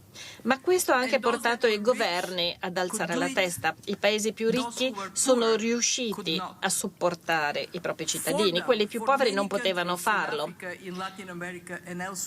Per molti paesi in Africa, nell'America Latina e in altri luoghi, il Fondo Monetario Internazionale è stato il primo a reagire. E abbiamo fatto quello che ci si aspettava da noi. Dopo la pandemia e dopo l'invasione della Russia in Ucraina, abbiamo fornito supporto finanziario in tempi rapidissimi a 97 paesi. Uno dei leader di uno di questi paesi mi telefonò alle 2 del mattino, la sua ora locale, perché aveva ricevuto il pacchetto finanziario del fondo. Non mi dimenticherò mai le sue parole. Mi disse: quello che avete fatto per il mio popolo fa la differenza tra la vita e la morte. Sono molto orgogliosa del fatto che il personale del fondo sia stato in grado di agire così rapidamente e soprattutto sono orgogliosa del fatto che ci abbiamo messo il cuore. Ricordo uno dei miei colleghi che era in terapia oncologica, ma tra una sessione chemioterapeutica e l'altra faceva tutto quello che era possibile per essere certo che il suo popolo venisse sostenuto e aiutato. E questo è quello che io voglio dirvi del fondo. Spesso le persone ci vedono come burocrati senza cuore, con delle ricette estremamente dolorose per i paesi in difficoltà. Ma questa non è certo la realtà. Noi siamo un istituto che mette insieme 190 paesi. Conduciamo studi dovunque e le persone che lavorano con noi sono persone che si preoccupano del mondo, che sono pronte a fare sacrifici personali per fare meglio il proprio lavoro a vantaggio degli altri. Abbiamo la strategia climatica, la strategia di genere e la strategia contro la diseguaglianza. Abbiamo dato 650 miliardi di dollari come grande allocazione, la più grande nella storia del mondo, per il problema della pandemia. Questo non va ad aggiungersi al debito dei paesi, ma va ad aggiungersi alla loro liquidità e disponibilità. Cos'altro posso dire? Beh, posso dirvi con estrema convinzione che l'IMF non è antiquato, è un istituto vivace, giovane. E nel nostro vertice di 5 persone, 3 sono donne.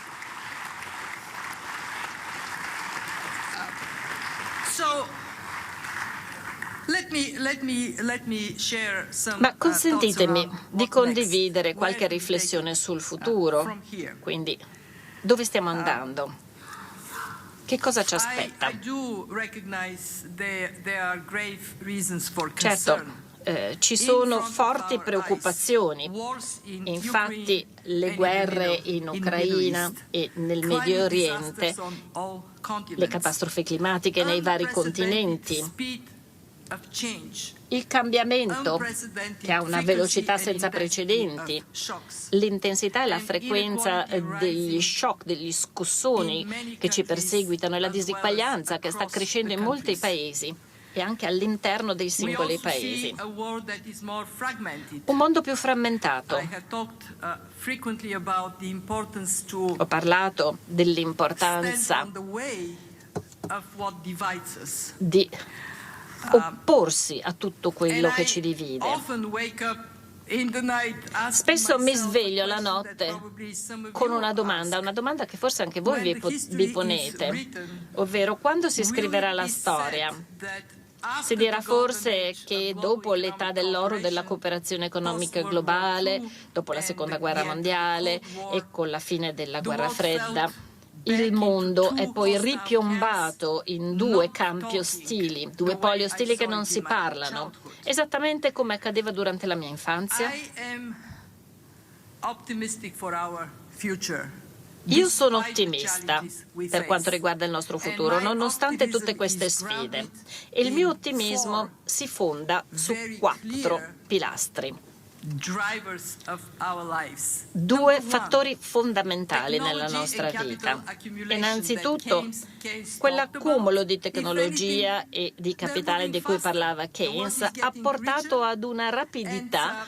Il mondo sta diventando più ricco e soprattutto con l'arrivo dell'intelligenza artificiale ci saranno dei miglioramenti drastici, un miglioramento pazzesco della produttività. E tutto questo sta già accadendo ed è il fondamento di un grandissimo progresso per l'umanità. In secondo luogo, il mondo è sempre più integrato e codipendente. Non è più possibile erigere confini, perché la tecnologia rende impossibile la separazione tramite confini. Il processo di integrazione magari si sta rallentando in questo momento, ma i nostri dati ci dimostrano che non è reversibile. E non è reversibile perché il costo politico ed economico sarebbe astronomico e impagabile. In terzo luogo, e io lo vedo sempre quando abbiamo i nostri incontri al Fondo Monetario Internazionale e con la Banca Mondiale, nonostante tutte le tensioni, i politici lasciano al di fuori di queste riunioni i loro disaccordi, le loro incompressioni, sapendo che in un mondo fortemente incerto abbiamo bisogno gli uni degli altri, dobbiamo parlarci, dobbiamo vedere la verità quando ci parliamo. Quindi questo deve essere un luogo. Queste riunioni sono un luogo dove le persone possono dialogare e sono così contenta che il Fondo Monetario Internazionale sia uno di questi luoghi. E infine, ma non ultimo per ordine di importanza, nei miei numerosi viaggi ho visto una cosa molto semplice.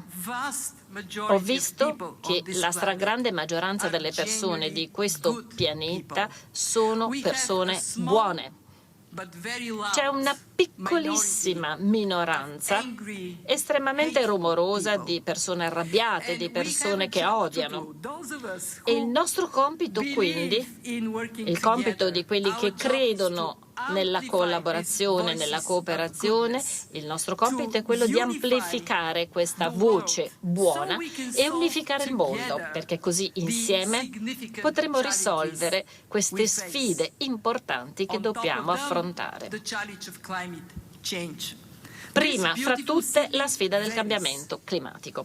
Questa meravigliosa città, Venezia, è una città che combatte per sopravvivere.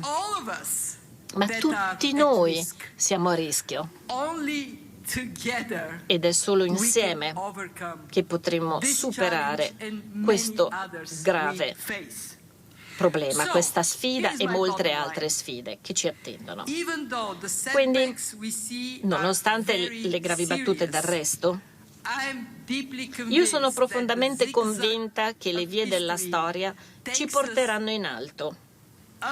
Ci porteranno in alto e ci porteranno in avanti.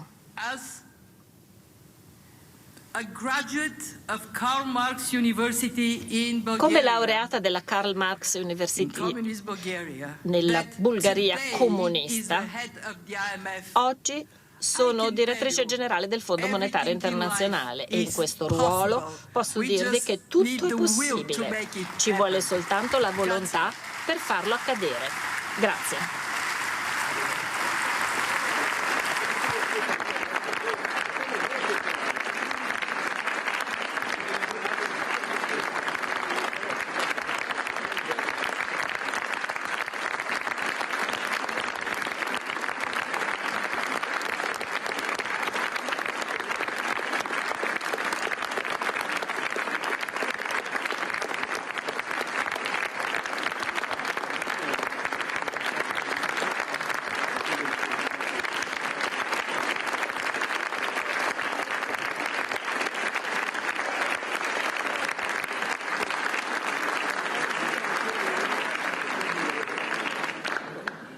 Prende la parola il professor Giorgio La Malfa, presidente della Fondazione Ugo La Malfa.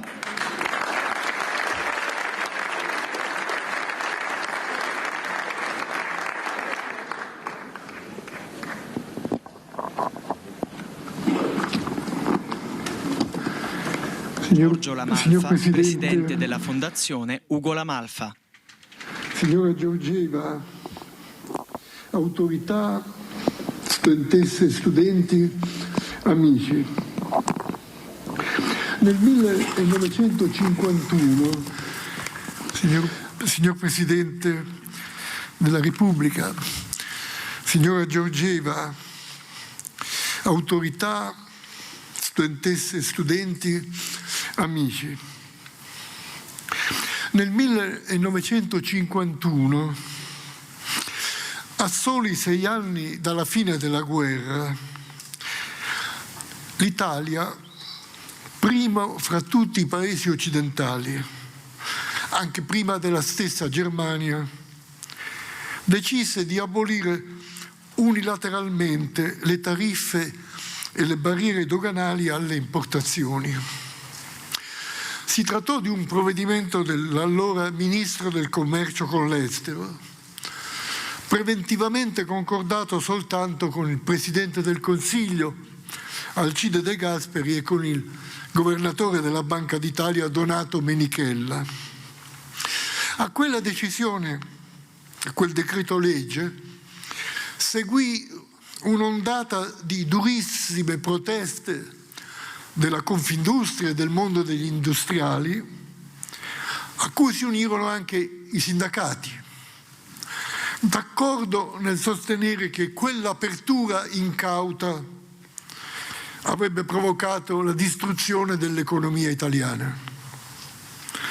Gli storici invece concordano che quella decisione fu il fattore determinante nell'avvio del miracolo economico, cioè di quel decennio di tassi di sviluppo del reddito del 6, del 7%, a cui accennava la signora Georgieva, che ha cambiato il volto del nostro paese, trasformandolo da uno dei paesi più poveri dell'Europa in una delle 7 grandi potenze industriali del mondo.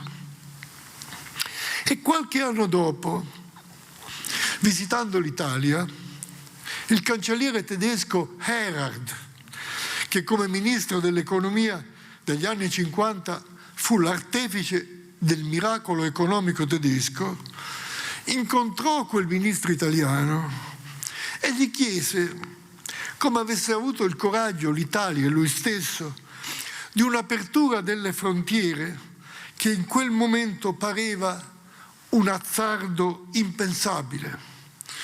La risposta del ministro, che si chiamava Ugo La Malfa, fu che egli era stato guidato dalla certezza che la società italiana, le sue imprese, i suoi lavoratori, avrebbero reagito positivamente a quella libertà che era stata negata loro per 20 anni dalla dittatura fascista. Dove aveva ricevuto Ugo La Malfa la sua formazione economica e dove aveva preso quella fiducia nella libertà? La risposta, ed è per questo che siamo qui, nelle aule di Ca' Foscari, di cui ha parlato la professoressa Lippiello, in particolare con due maestri. Uno, il grande storico dell'economia Gino Luzzatto, l'altro il professore di diritto pubblico, il costituzionalista Silvio Trentin. Ambedue, Luzzatto e Trentin, costretti all'esilio.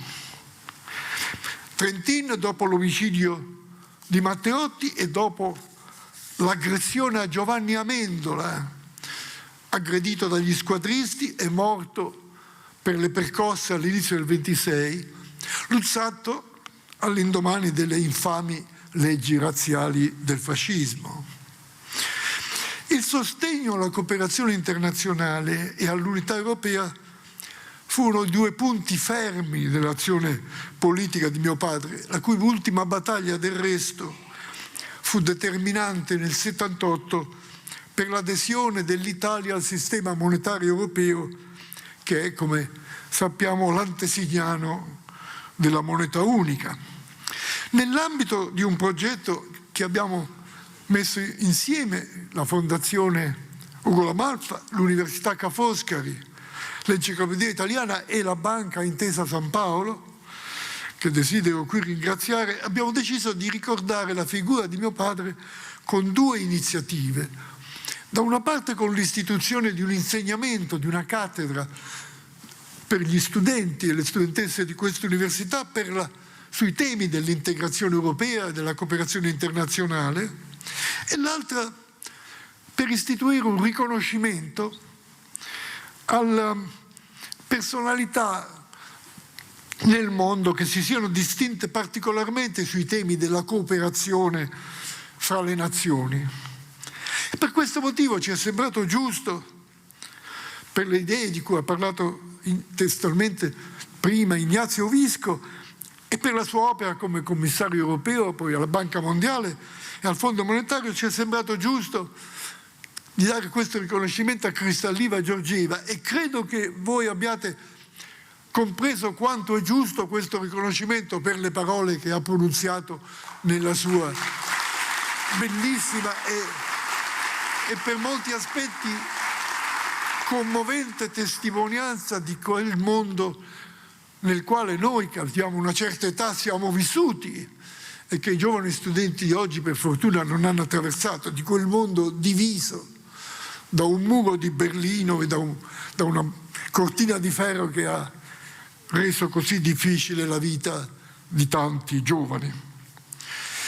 Bene, la Banca Mondiale e il Fondo Monetario Internazionale sono i simboli dello spirito con cui i paesi che avevano sconfitto il nazifascismo vollero preparare il dopoguerra nel segno della cooperazione internazionale, della libertà degli scambi, della libera circolazione degli uomini, dei capitali e delle idee. Vorrei qui ricordare le parole profetiche, come spesso gli accadeva, che disse John Maynard Keynes, che la signora Georgieva ha citato per un altro intervento, quando commentò alla BBC le conclusioni della conferenza di Bretton Woods del 1944, da cui nacquero il Fondo Monetario Internazionale e la Banca Mondiale. Disse Keynes: non c'è mai stata una proposta di così vasto respiro volta a creare posti di lavoro per l'oggi e aumenti di produttività per il domani. Abbiamo, continuava, lavorato quietamente nella fresca aria delle montagne del New Hampshire. Bretton Woods è un paese della montagna del New Hampshire, e mi domando se il mondo abbia compreso quanto è grande ed importante quello cui abbiamo dato vita. È vero, i due gemelli di Bretton Woods sono il simbolo dell'importanza durevole della cooperazione internazionale e la necessità di rafforzarli è nelle parole che ci ha testé detto Kristalina Georgieva in questa sala. Ebbene, nel concludere questa per me commovente evento, io desidero ringraziare il Presidente della Repubblica Sergio Mattarella.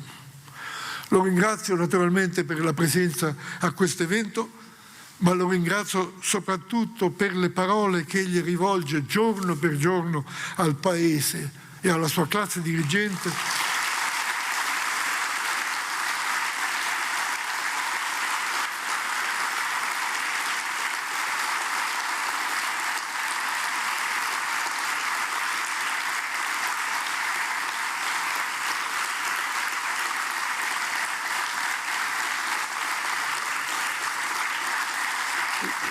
Le parole che egli rivolge al Paese e alla sua classe dirigente per sottolineare il valore della nostra Carta Costituzionale nata all'indomani della tragedia della dittatura e della guerra. Quella Carta Costituzionale, cari giovani, che in tutti questi decenni ha assicurato all'Italia la convivenza civile nella libertà e il progresso materiale di cui, con tutte le contraddizioni, abbiamo goduto. Quella Costituzione che ha consentito di collocare l'Italia nel novero delle grandi democrazie dell'Occidente e fra i protagonisti della costruzione dell'Europa unita. Ebbene, la Costituzione può certamente essere modificata, i costituenti previdero un articolo sulle modalità per farlo, anche se vi devo dire che l'insistenza su questo tema da parte di chi ha responsabilità di governo a me appare come un tentativo per distogliere l'attenzione dalla responsabilità per gli eventuali insuccessi di quell'azione di governo. Ma comunque, se si vuol cambiare la Costituzione, c'è una maggioranza, lo si faccia, ma bisogna essere molto attenti a preservare non solo i suoi valori fondamentali, ma anche quell'essenziale equilibrio fra tutte le sue parti, che trova del resto la sua sintesi nelle funzioni e nelle attribuzioni del capo dello Stato. Ebbene, ai giovani che oggi escono dalle scuole e dalle università, noi vogliamo consegnare una visione ampia e fiduciosa della cooperazione internazionale, ampia e fiduciosa del futuro dell'Europa e dell'Occidente, ma vogliamo anche consegnare un Paese con una Costituzione salda e robusta a presidio delle loro libertà. Grazie.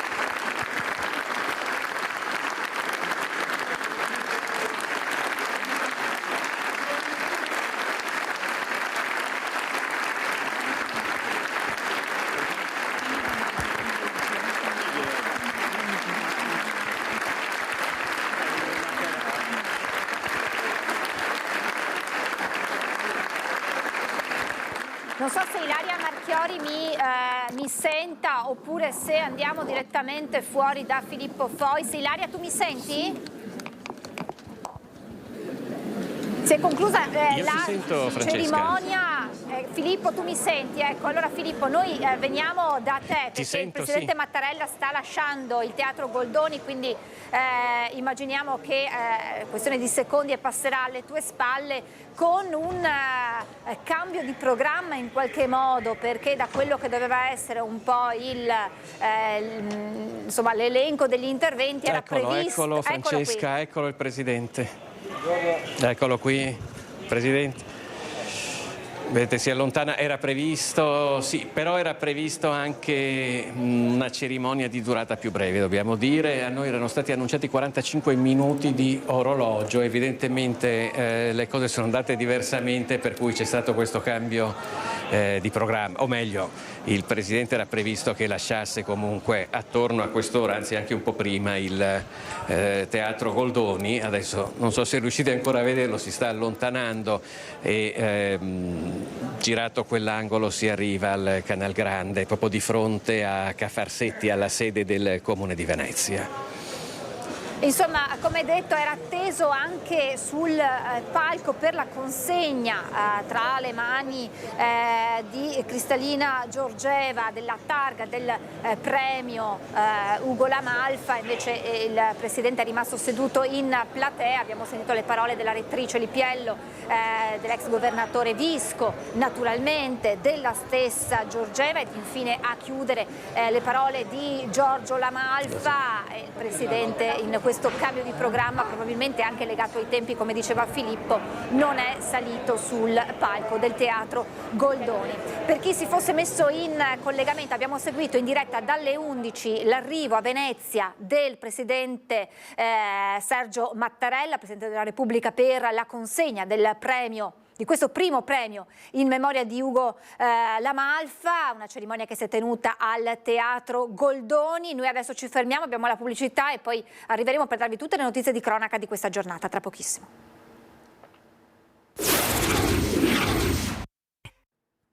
Siamo tornati in diretta iniziata alle 11 per seguire l'arrivo del Presidente della Repubblica Sergio Mattarella a Venezia, dove al Teatro Goldoni ha presenziato alla consegna del premio in memoria di Ugo La Malfa, consegnato alla direttrice generale del Fondo Monetario Internazionale. Ma noi veniamo alle notizie di oggi. Prima subito il sondaggio che è concentrato sulla notizia, insomma, di queste ultime ore. Stretta sugli autovelox, da domani il decreto che ne limita l'utilizzo, introducendo una serie di novità alle quali i comuni dovranno adeguarsi entro 12 mesi, anche se resta il nodo irrisolto dell'omologazione.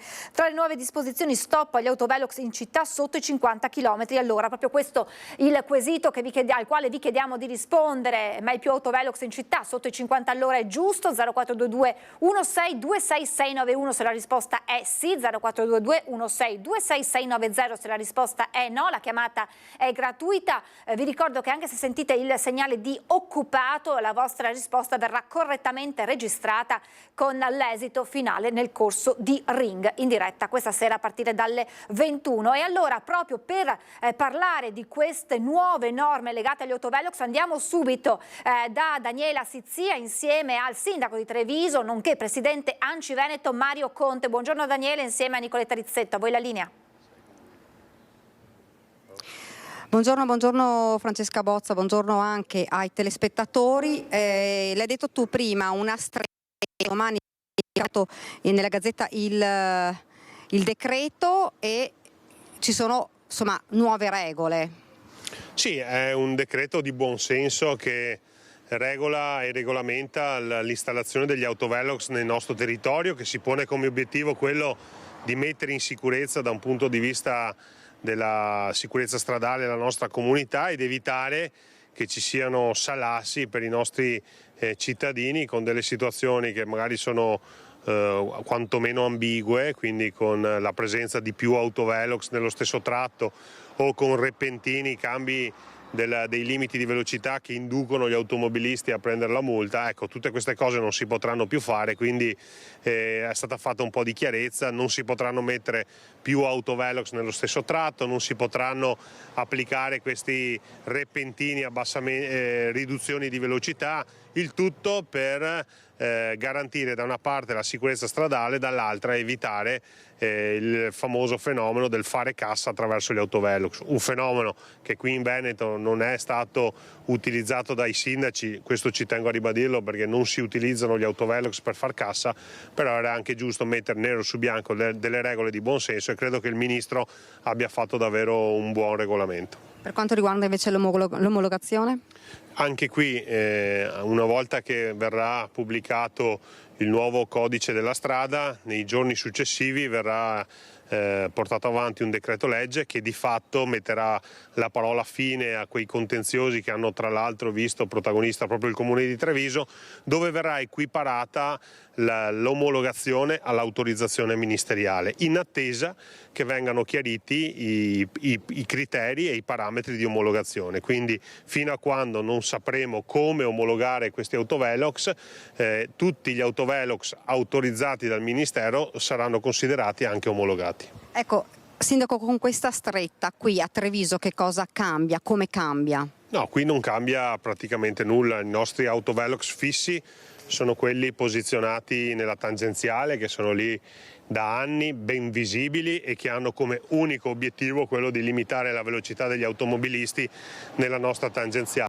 Per tutte le altre postazioni di rilevamento della velocità li effettueremo con la presenza della polizia locale, quindi nel caso in cui non dovessero essere rispettati i limiti verranno sanzionati al momento dalle nostre pattuglie. Grazie davvero, grazie Sindaco. Da Treviso è tutto, la linea allo studio. Grazie a Daniela Sezzia insieme a Nicoletta Rizzetto, grazie naturalmente anche al sindaco, presidente ANCI Veneto Mario Conte, per averci spiegato un po' meglio che cosa accadrà da domani sul fronte autovelox. E adesso andiamo a Padova, perché secondo un'indagine dell'Unione Nazionale Consumatori è tra le città più care d'Italia. In diretta Chiara Gaiani con Federico Cibotto, che ci spiegano quali sono i settori dove i prezzi sono aumentati in modo più consistente. Buongiorno Chiara e buongiorno a Federico Cibotto. Buongiorno Francesca, buongiorno ai telespettatori. Mi ricollego al tuo collegamento di prima per dirti che come redazione di Padova abbiamo sentito l'assessore Bonavina, che si occupa di sicurezza e polizia locale per i cittadini di Padova, dove gli autovelox sono numerosi. Da domani ci ha assicurato non cambierà nulla, quindi le regole che valgono fino a oggi continueranno a valere anche per domani, non ci sono nuove disposizioni, questa è un'informazione di servizio. Tornando ai prezzi, Padova purtroppo si dimostra, secondo l'indagine dell'Unione Consumatori, una tra le città più care d'Italia. In Veneto è seconda Venezia, ma si piazza ad un poco lusinghiero nono posto, dove sono stati segnalati questi aumenti, soprattutto nella spesa. Solo l'olio d'oliva è raddoppiato a Padova e pensate, la spesa annua per un nucleo familiare di 2 componenti è aumentata di 432 euro, che salgono, ve lo posso testimoniare visto che io vivo in una famiglia di 4 persone, a 657 euro in più per quanto riguarda appunto la spesa di una famiglia di 4 persone. Molti settori in cui questi aumenti sono stati registrati, non solo il caro spesa riguardano solo i beni alimentari, ma anche le assicurazioni, i trasporti o banalmente la spesa per un elettricista che sale a Padova del 7% o dell'affitto di un garage. Soprattutto in città questo è un tasso dolente, perché molti appartamenti sono senza il posto per l'auto. Sono saliti notevolmente anche gli alimenti per bambini, che sono cresciuti del 12%. Questa mattina Valentina Visentina è andata a cercare di capire qual è l'umore dei padovani su questo problema che tocca tutti noi facciamo la spesa, il caro vita è purtroppo un dato di fatto. Allora io vi lascio alle interviste che sono state raccolte, ringrazio Federico Cibotto per la collaborazione tecnica, poi da Prato della Valle in questa splendida giornata di sole la linea può tornare allo studio. Secondo l'Unione Nazionale dei Consumatori, Padova è una delle città più care, che ha subito più rincari in quest'ultimo anno. Lei ha notato questa cosa, questo aspetto? Beh, che le cose siano aumentate è vero, bisognerebbe fare il confronto anche con le altre città, non so se voi intendete anche con la differenza con le altre città. Sì, è nona in Italia, tra le che ha subito più rincari. In effetti si nota quando si va al supermercato che le cose sono cambiate, lo notano tutti. I motivi? Non lo so, speculazione, costi, non so, è difficile, bisognerebbe fare una ricerca approfondita. Parliamo di alimentari sicuramente, la frutta e la verdura chiaramente è aumentata molto. Dove noti questi rincari? Al massimo facendo la spesa, un pochino, ma per il resto non ho notato grandissime differenze sinceramente. E sulla spesa quali sono i prodotti dove incide secondo te di più? Domanda difficile, è un po' generalizzato mi sembra l'aumento. Vedo che c'è più che altro la necessità di trovare una continua motivazione per lamentarsi di un qualcosa che insomma sì, fa parte della nostra società insomma. Ho notato anche un aumento dei prezzi sia nell'olio, in tutto voglio dire. Sì. L'olio è il più caro? L'olio è il più caro, sì, di 3 euro è partito da 7-8 euro, è arrivato a 10 e passa, 11 al litro, oppure le bottiglie più piccole, il prezzo identico ma le bottiglie molto più piccole, sia per le bibite che per l'olio e il resto. Dove ha riscontrato prezzi più alti? Tantissimo, tutto quello che è il cibo, tutto, hanno aumentato tutto. Dove ha visto più rincari nell'ultimo anno nella spesa? Sulla frutta e la verdura, quella sì, tanto. Sì, un po' di rincaro c'è, comunque per il quotidiano bisogna adattarsi e prendere lo stesso. Nella spesa lei dove ha notato maggiori aumenti di prezzo? La frutta e verdura. Soprattutto nella parte alimentare, che per chi fa la spesa di una famiglia praticamente con 5-6 persone si è visto proprio l'aumento dei prezzi, ma non poco, quasi il doppio. Sì, è proprio vero. Dove secondo lei sono aumentati? Anche nelle piazze, anche nel mercato delle piazze, nel mercato delle case, anche se non le vendono, però tirano su i prezzi. La cronaca con il processo per la morte di Davide Rebellin, il campione di ciclismo, travolto il 30 novembre 2022 a Montebello Vicentino dal tir guidato da un camionista tedesco. Oggi l'udienza in tribunale a Vicenza è stata rimandata perché l'imputato Wolfgang Rieke infatti ha avuto un malore ed è ricoverato in ospedale. Wolfgang Rieke è ricoverato in gravi condizioni all'ospedale Cafoncello di Treviso per un ictus ischemico. Il camionista tedesco di 63 anni, il 30 novembre del 2022 a Montebello Vicentino, travolse e uccise il campione veneto di ciclismo Davide Rebellin. Oggi era prevista l'udienza in tribunale a Vicenza. Sarebbero stati sentiti i periti, ingegneri cinematici, nominati dal pubblico ministero e dalla difesa di Rieke per ricostruire la dinamica dell'incidente in cui morì Davide Rebellin. Il 19 febbraio di quest'anno i legali del camionista tedesco avevano rinnovato l'istanza di patteggiamento, quantificandolo in una pena di 3 anni e 11 mesi. Il pubblico ministero si era detto d'accordo. L'11 marzo dunque sembrava un'udienza in cui sarebbe stato confermato il patteggiamento e invece il colpo di scena. Il giudice ha dichiarato inammissibile la richiesta in quanto la stessa era già stata formulata allo stesso modo e già rigettata dal GIP. Oggi dunque Wolfgang Rieke avrebbe dovuto comparire di nuovo in tribunale a Vicenza per il processo che lo vede imputato, ma la prognosi è ancora riservata, quindi l'udienza è stata rinviata per legittimo impedimento. I suoi legali fanno sapere che rimane ferma la volontà espressa da Rieke di definire il procedimento nel più breve tempo possibile. 2 camionisti sono morti in un incidente che ha coinvolto un mezzo pesante e 2 auto lungo la strada regionale 11 a Peschiera del Garda, al confine tra Veneto e provincia di Trento, accaduto intorno alle 7.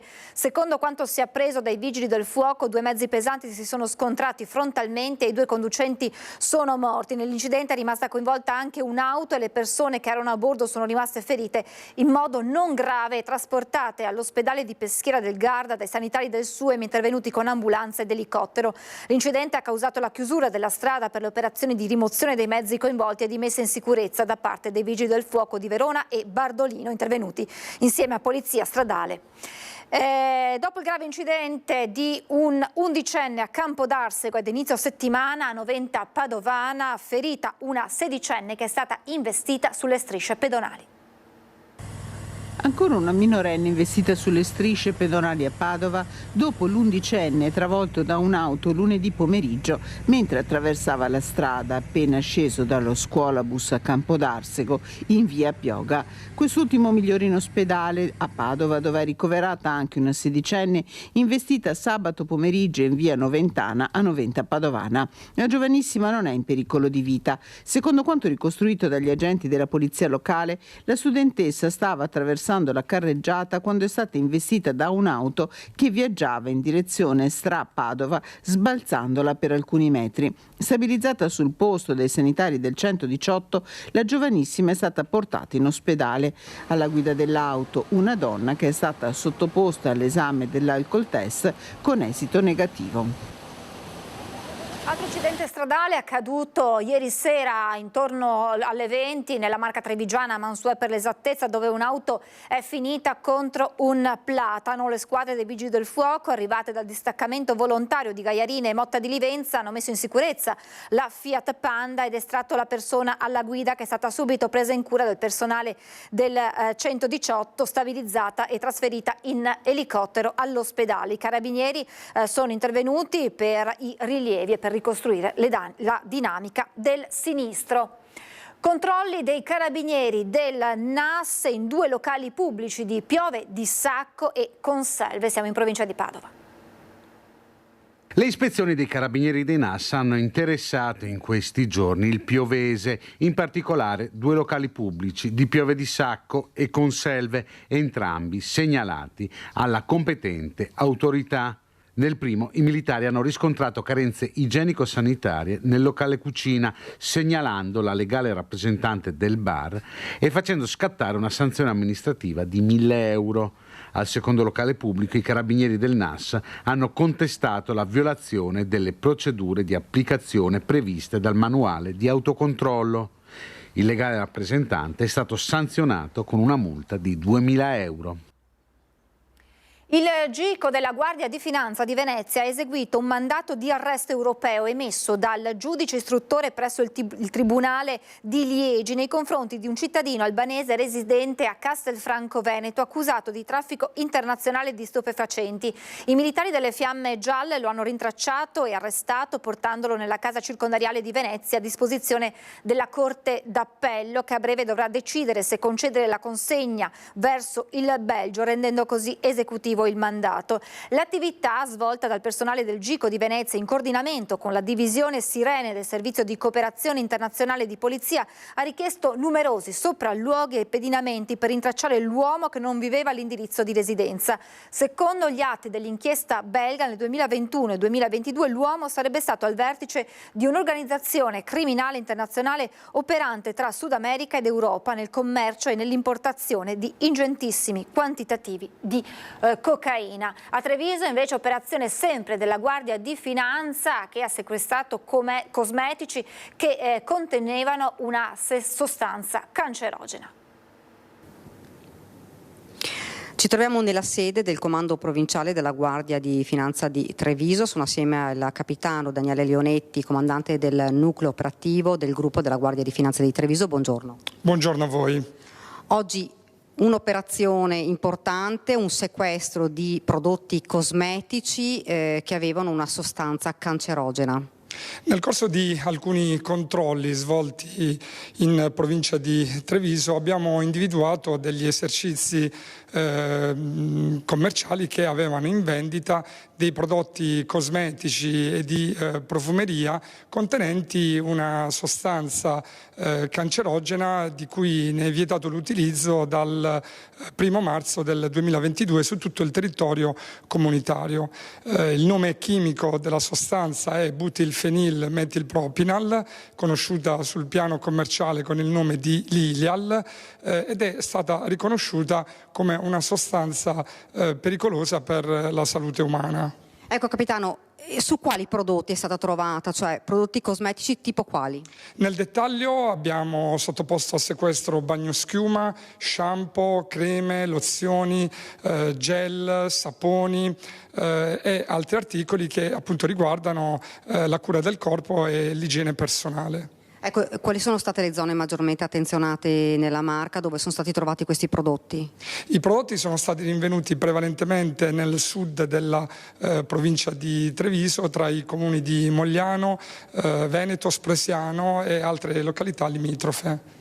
Ecco, prodotti per un valore di quanto? Il valore commerciale dei prodotti sottoposti a sequestro, che ammontano a oltre 17.000, è di circa 52.000 euro, e quindi questi prodotti sono stati tolti dal mercato e la loro sorte sarà la distruzione a seguito di ordine da parte dell'autorità giudiziaria di Treviso. Ecco, ovviamente controlli che continueranno anche nelle prossime settimane.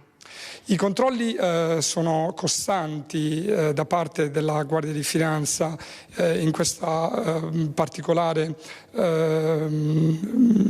sezione del mercato e il nostro obiettivo è quello di ricevere anche segnalazioni da parte dei consumatori che si trovano ad acquistare prodotti che per l'appunto contengono questa sostanza vietata.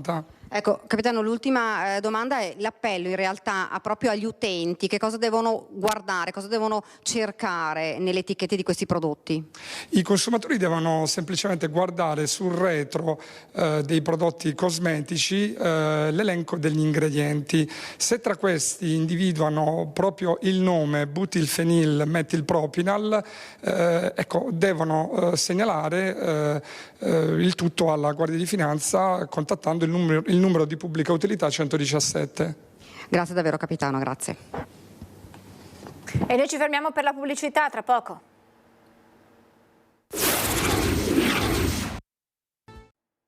Rieccoci in diretta, una settimana che si è aperta con il sole, è stato anche una domenica quasi estiva, ma sono annunciati nuovi temporali.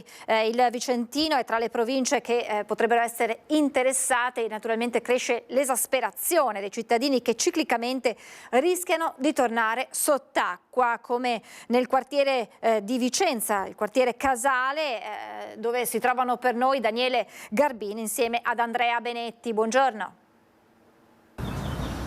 Sì Francesca, buongiorno a te, buongiorno ai telespettatori, è una bella giornata, c'è il sole, anche la temperatura proprio è un accenno di estate in questo momento, però l'annuncio che già stasera potrebbero arrivare dei temporali fa temere molto, fa tremare i residenti di questo quartiere. Ci troviamo appunto a quartiere Casale, uno dei quartieri che sono stati sott'acqua anche con l'ultima alluvione. Qui a fianco c'è il Bacchiglione, quello è il cimitero, tutta questa zona è finta sott'acqua come anche quell'altra al di là del Cavalcavia. Com'è? C'è uno dei residenti colpito ripetutamente, sì. Gianni Quagliato, buongiorno. Esatto. Buongiorno. Niente, noi abbiamo già i sacchi qui pronti per eventuale colpo di acqua. Non li avete mai buttati via? Li avete tenuto tutte le volte? E dal 2010 questi sono. Io collezione. Le tengo da conto io, sa, perché... Perché dove andiamo? Ci porta dentro all'interno proprio perché fa vedere cosa è stato l'alluvione che si è ripetuta anche con l'ultima volta. Sì, anche a febbraio abbiamo avuto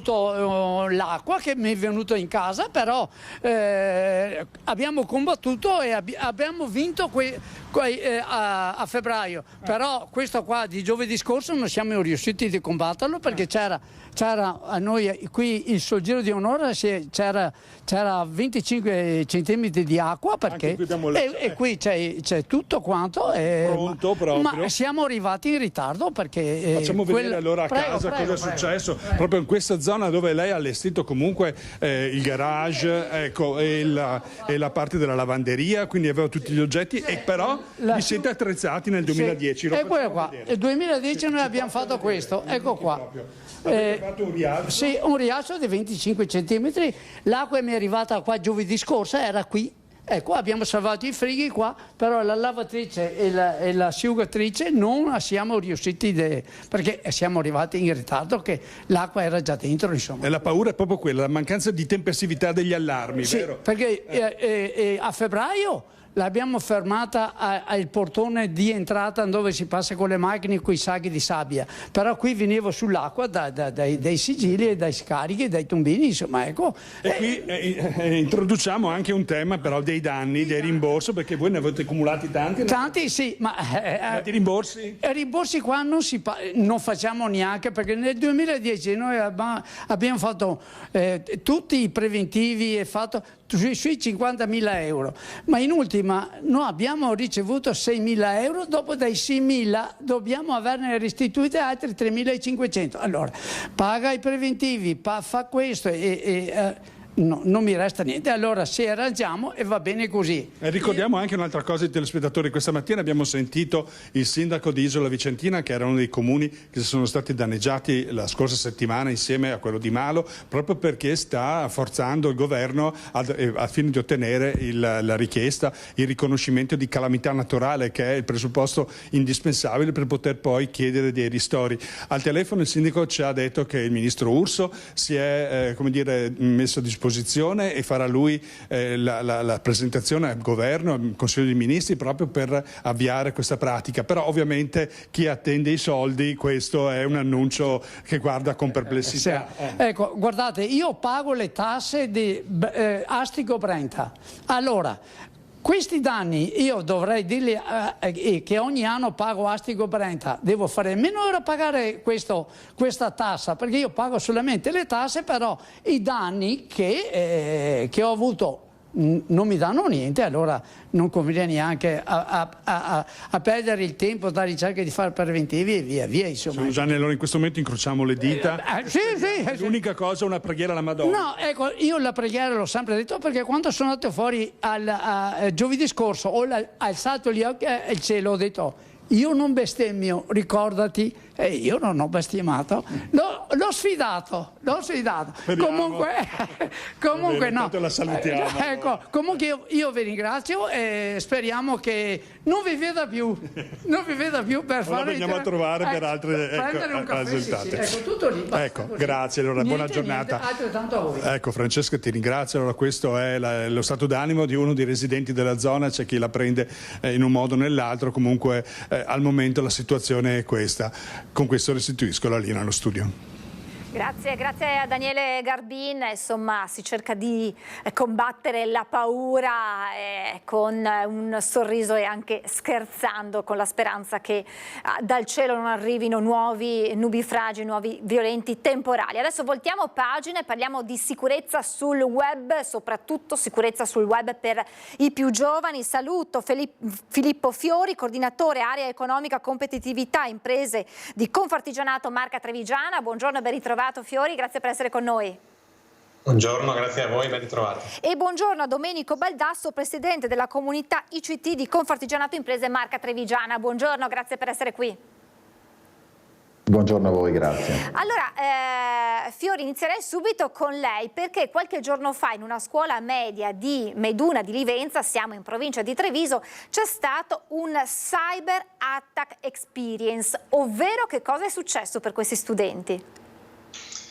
Allora, qualche giorno fa, esattamente giovedì 23 maggio, in quel di Meduna, 92 ragazzi di prima e seconda terza media hanno partecipato appunto a questa esperienza, che forse è l'unica parola delle tre che comprendiamo immediatamente, di cyber attacco. In realtà è stata appunto una simulazione, quindi poi naturalmente Domenico Baldasso sarà più preciso dal punto di vista tecnico, ma per tranquillizzare o rassicurare, appunto non c'è stata nessuna azione che potesse arrecare naturalmente danno.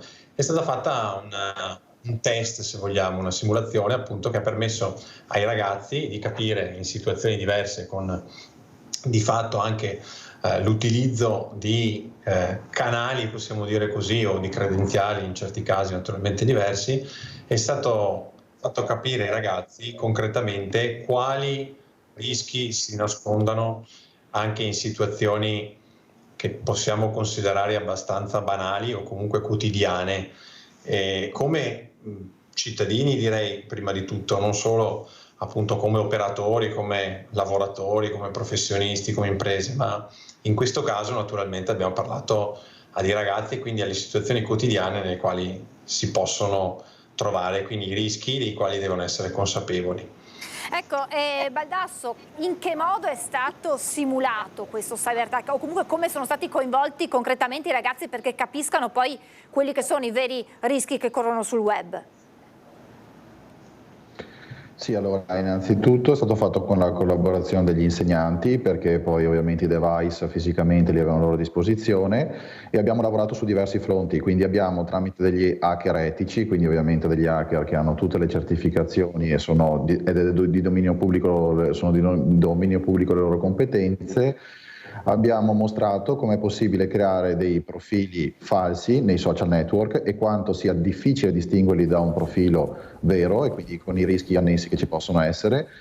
Quanto è facile anche poi eventualmente entrare all'interno degli smartphone, dei cellulari, dei device delle persone che erano all'interno della stanza, quindi siamo con dei sistemi anche abbastanza semplici ed elementari, siamo riusciti ad avere accesso alle loro informazioni, piuttosto che anche tutta la parte di accounting, quindi quando ci si logga all'interno, si riceve una mail o anche un messaggio direttamente sul cellulare che sembra un messaggio vero mandato da una persona che conosciamo, perché compare in tutto e per tutto come un messaggio normale, in realtà se io poi clicco perché c'è un link o una cosa di qualsiasi tipo, posso appropriarmi delle informazioni sia sullo smartphone che anche poi delle password di tutti quanti gli accessi annessi.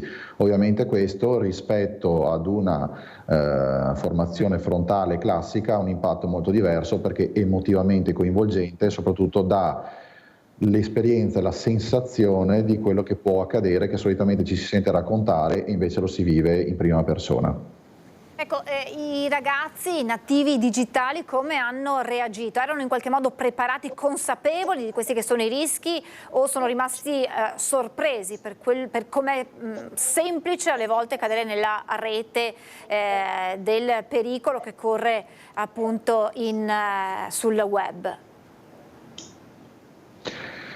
Allora, ci hanno stupito per alcuni aspetti, perché in realtà hanno competenze più di quelle che immaginiamo a livello digitale, quindi diciamo che con alcune cose hanno dimestichezza, in altre sono restati assolutamente colpiti perché sono nuovi metodi di cosiddetto phishing, quindi sistemi per ingannare le persone, ok? Quindi non è un attacco meramente informatico, c'è dietro una strategia per ingannare a livello social, e quindi diciamo lì hanno avuto una percezione nuova rispetto ad una cosa che non pensavano potesse esistere.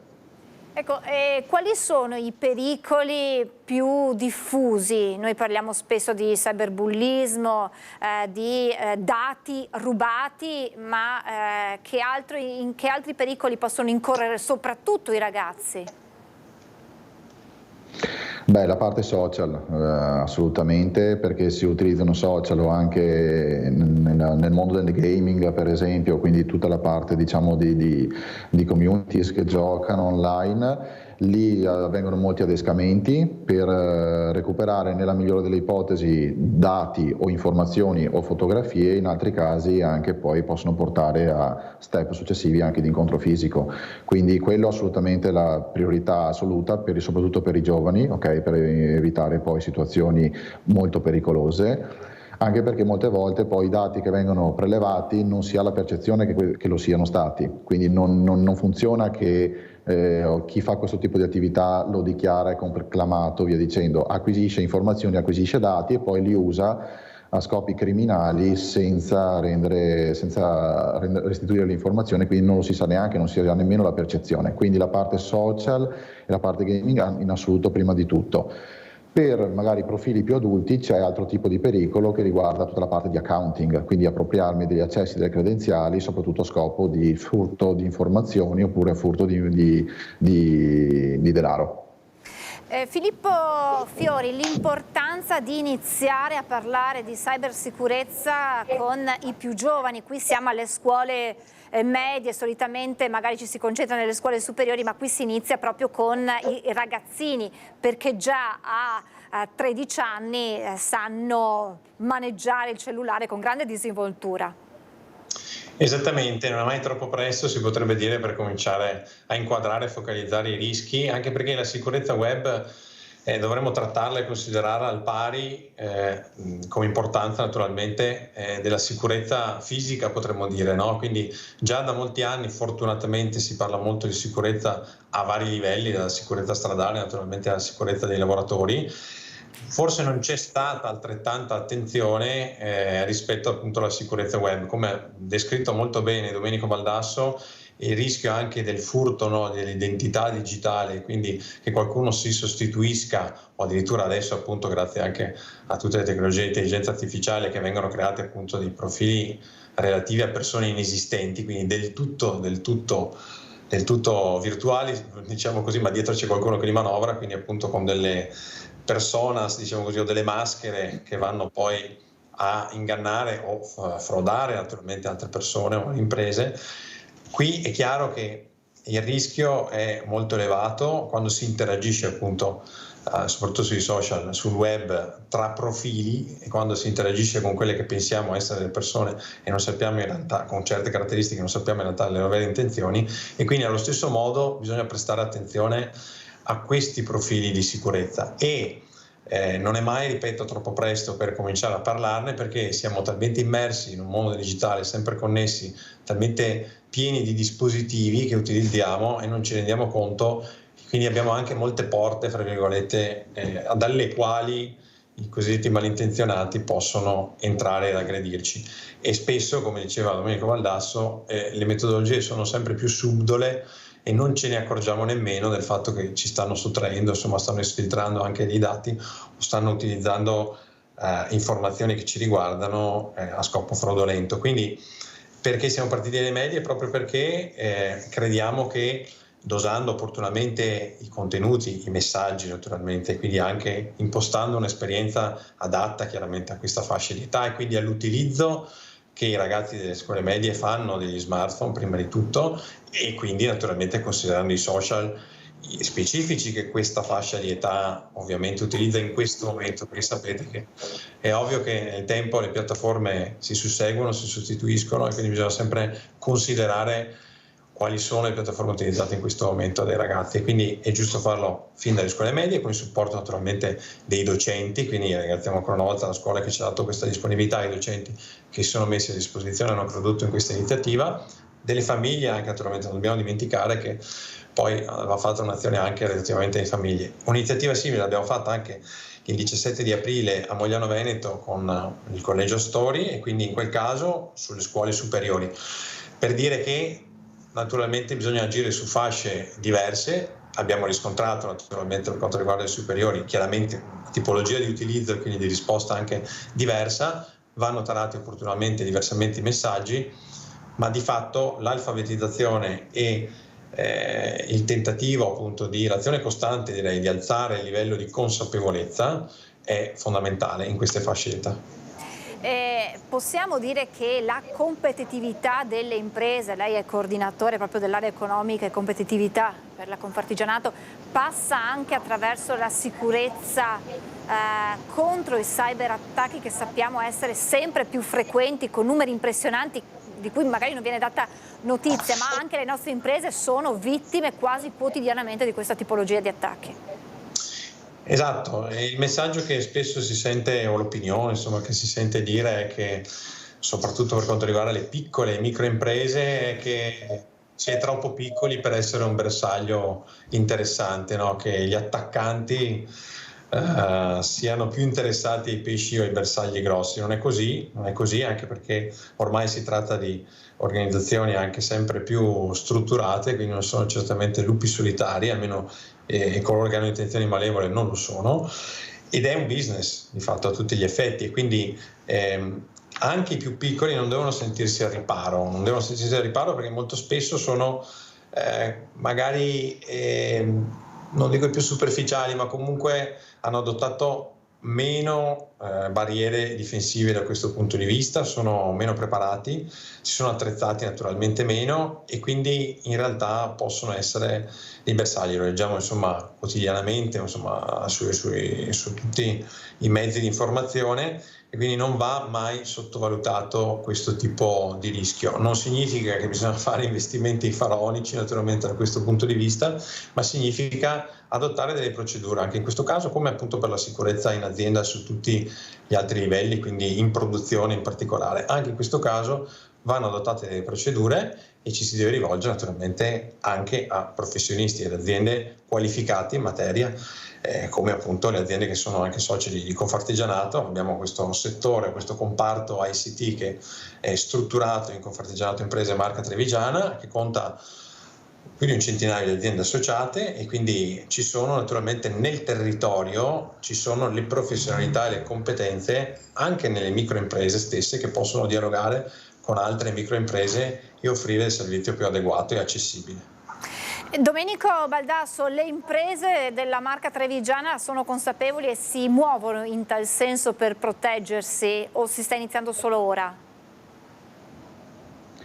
Allora, siamo molto ancora agli albori rispetto a quello che è la necessità delle aziende. Come diceva correttamente prima Filippo, vige un po' questa regola: beh, ma tanto io non sono attaccato, io non sono di interesse. In realtà, quando noi facciamo questo tipo di lavoro presso le aziende, che noi ci occupiamo prettamente di sicurezza offensiva e quindi andiamo ad attaccare le aziende per monitorare, per fare anche dare consapevolezza della fragilità dei loro sistemi, non servono neanche attacchi particolarmente complessi molte volte, non ne hanno contezza, molte volte sono già state hackerate e nemmeno se ne rendono conto, perché magari sono 4, andiamo a trovare nel dark web o diciamo dove poi questi dati vengono venduti, troviamo informazioni relative a loro e loro nemmeno se ne rendevano conto. Oggi con 4.0 poi, che è stata, dove tutti i macchinari sono stati interconnessi, se in qualche modo magari si è un po' elevata la qualità della sicurezza sulla classica rete IT, quindi quella diciamo più del mondo office, lato invece diciamo produzione, dove tutte le macchine appunto sono state interconnesse, lì è diventato oggi il maggior vettore d'attacco, quindi entrano adesso dalla parte di produzione per andare poi all'interno dell'azienda.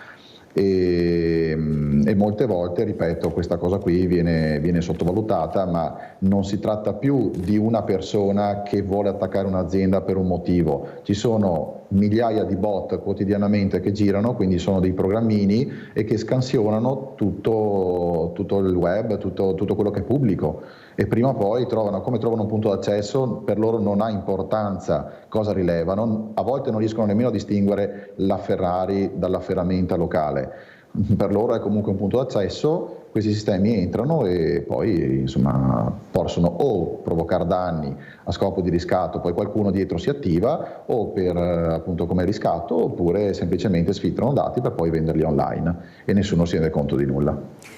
Proprio a fronte di questo scenario che voi ci state descrivendo, questi incontri nelle scuole sono altrettanto importanti proprio perché possono dare i primi strumenti agli studenti per quello che sarà poi magari il loro lavoro futuro, perché sappiamo che tra i lavori che saranno particolarmente ricercati in futuro è proprio quello sulla cybersicurezza. Baldasso. Assolutamente sì, come tutte le cose bisogna imparare a maneggiarle, non è un pericolo dietro il quale ci si può nascondere, quindi sono strumenti che usiamo, hanno una duplice valenza, sia una valenza ovviamente positiva e costruttiva come tutte le cose, ma anche una molto pericolosa.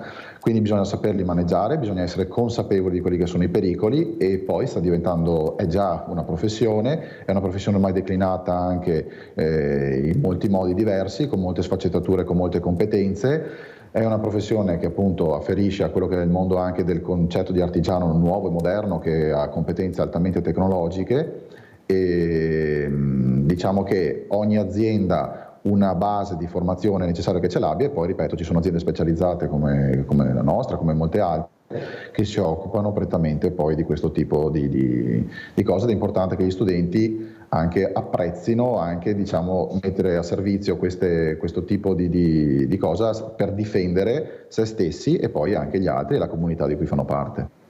Assolutamente sì, grazie davvero per averci raccontato questo impegno su questo fronte di Confartigianato. Grazie a Domenico Baldasso, Presidente Comunità ACT di Confartigianato Imprese Marca Trevigiana, grazie a Filippo Fiori, coordinatore dell'area economica competitività imprese di Confartigianato Marca Trevigiana. Grazie ad entrambi, naturalmente buon lavoro, e se ci saranno nuovi incontri fatelo sapere, perché magari verremo a sentire anche i ragazzi che cosa ne pensano. Grazie e buon lavoro. Grazie a voi. Grazie.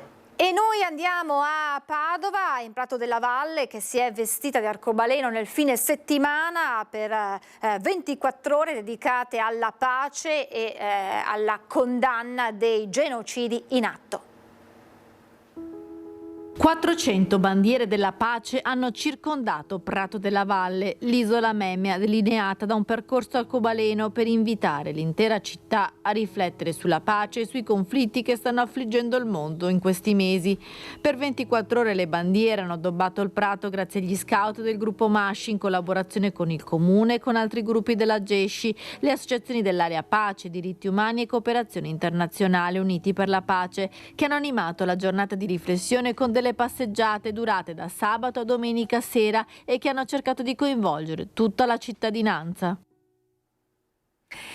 E noi siamo quasi in chiusura di questa lunga diretta iniziata alle 11 per raccontarvi della nuova visita in Veneto, a Venezia, del Presidente della Repubblica Sergio Mattarella, che è intervenuto al Teatro Goldoni per la cerimonia di consegna del premio intitolato a Ugo La Malfa, la direttrice del Fondo Monetario Internazionale, alla presenza di delle più alte cariche istituzionali, un premio con le parole anche emozionanti proprio della direttrice del Fondo Monetario Internazionale, che ha raccontato quella che è stata la sua vita, la sua esperienza, e poi ha lanciato un messaggio anche di speranza e di positività per il futuro, per il nostro futuro.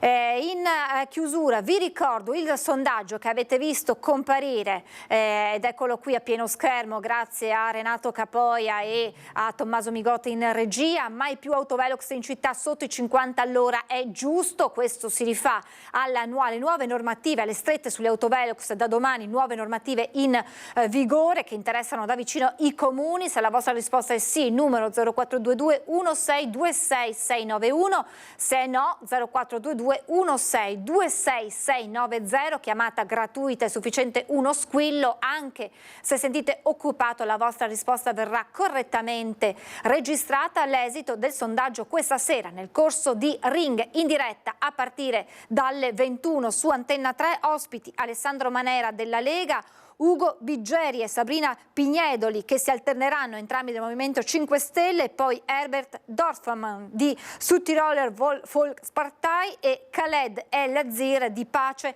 Terra e Dignità. Dunque Ring a partire dalle 21 su Antenna 3. Ora io vi lascio al meteo, alla pubblicità, poi a seguire il documentario sui borghi d'Italia con Villa Contarini di Piazzola sul Brenta, e poi a seguire il film Ieri, Oggi, Domani. Grazie per essere stati in nostra compagnia, buon proseguimento naturalmente su Antenna 3.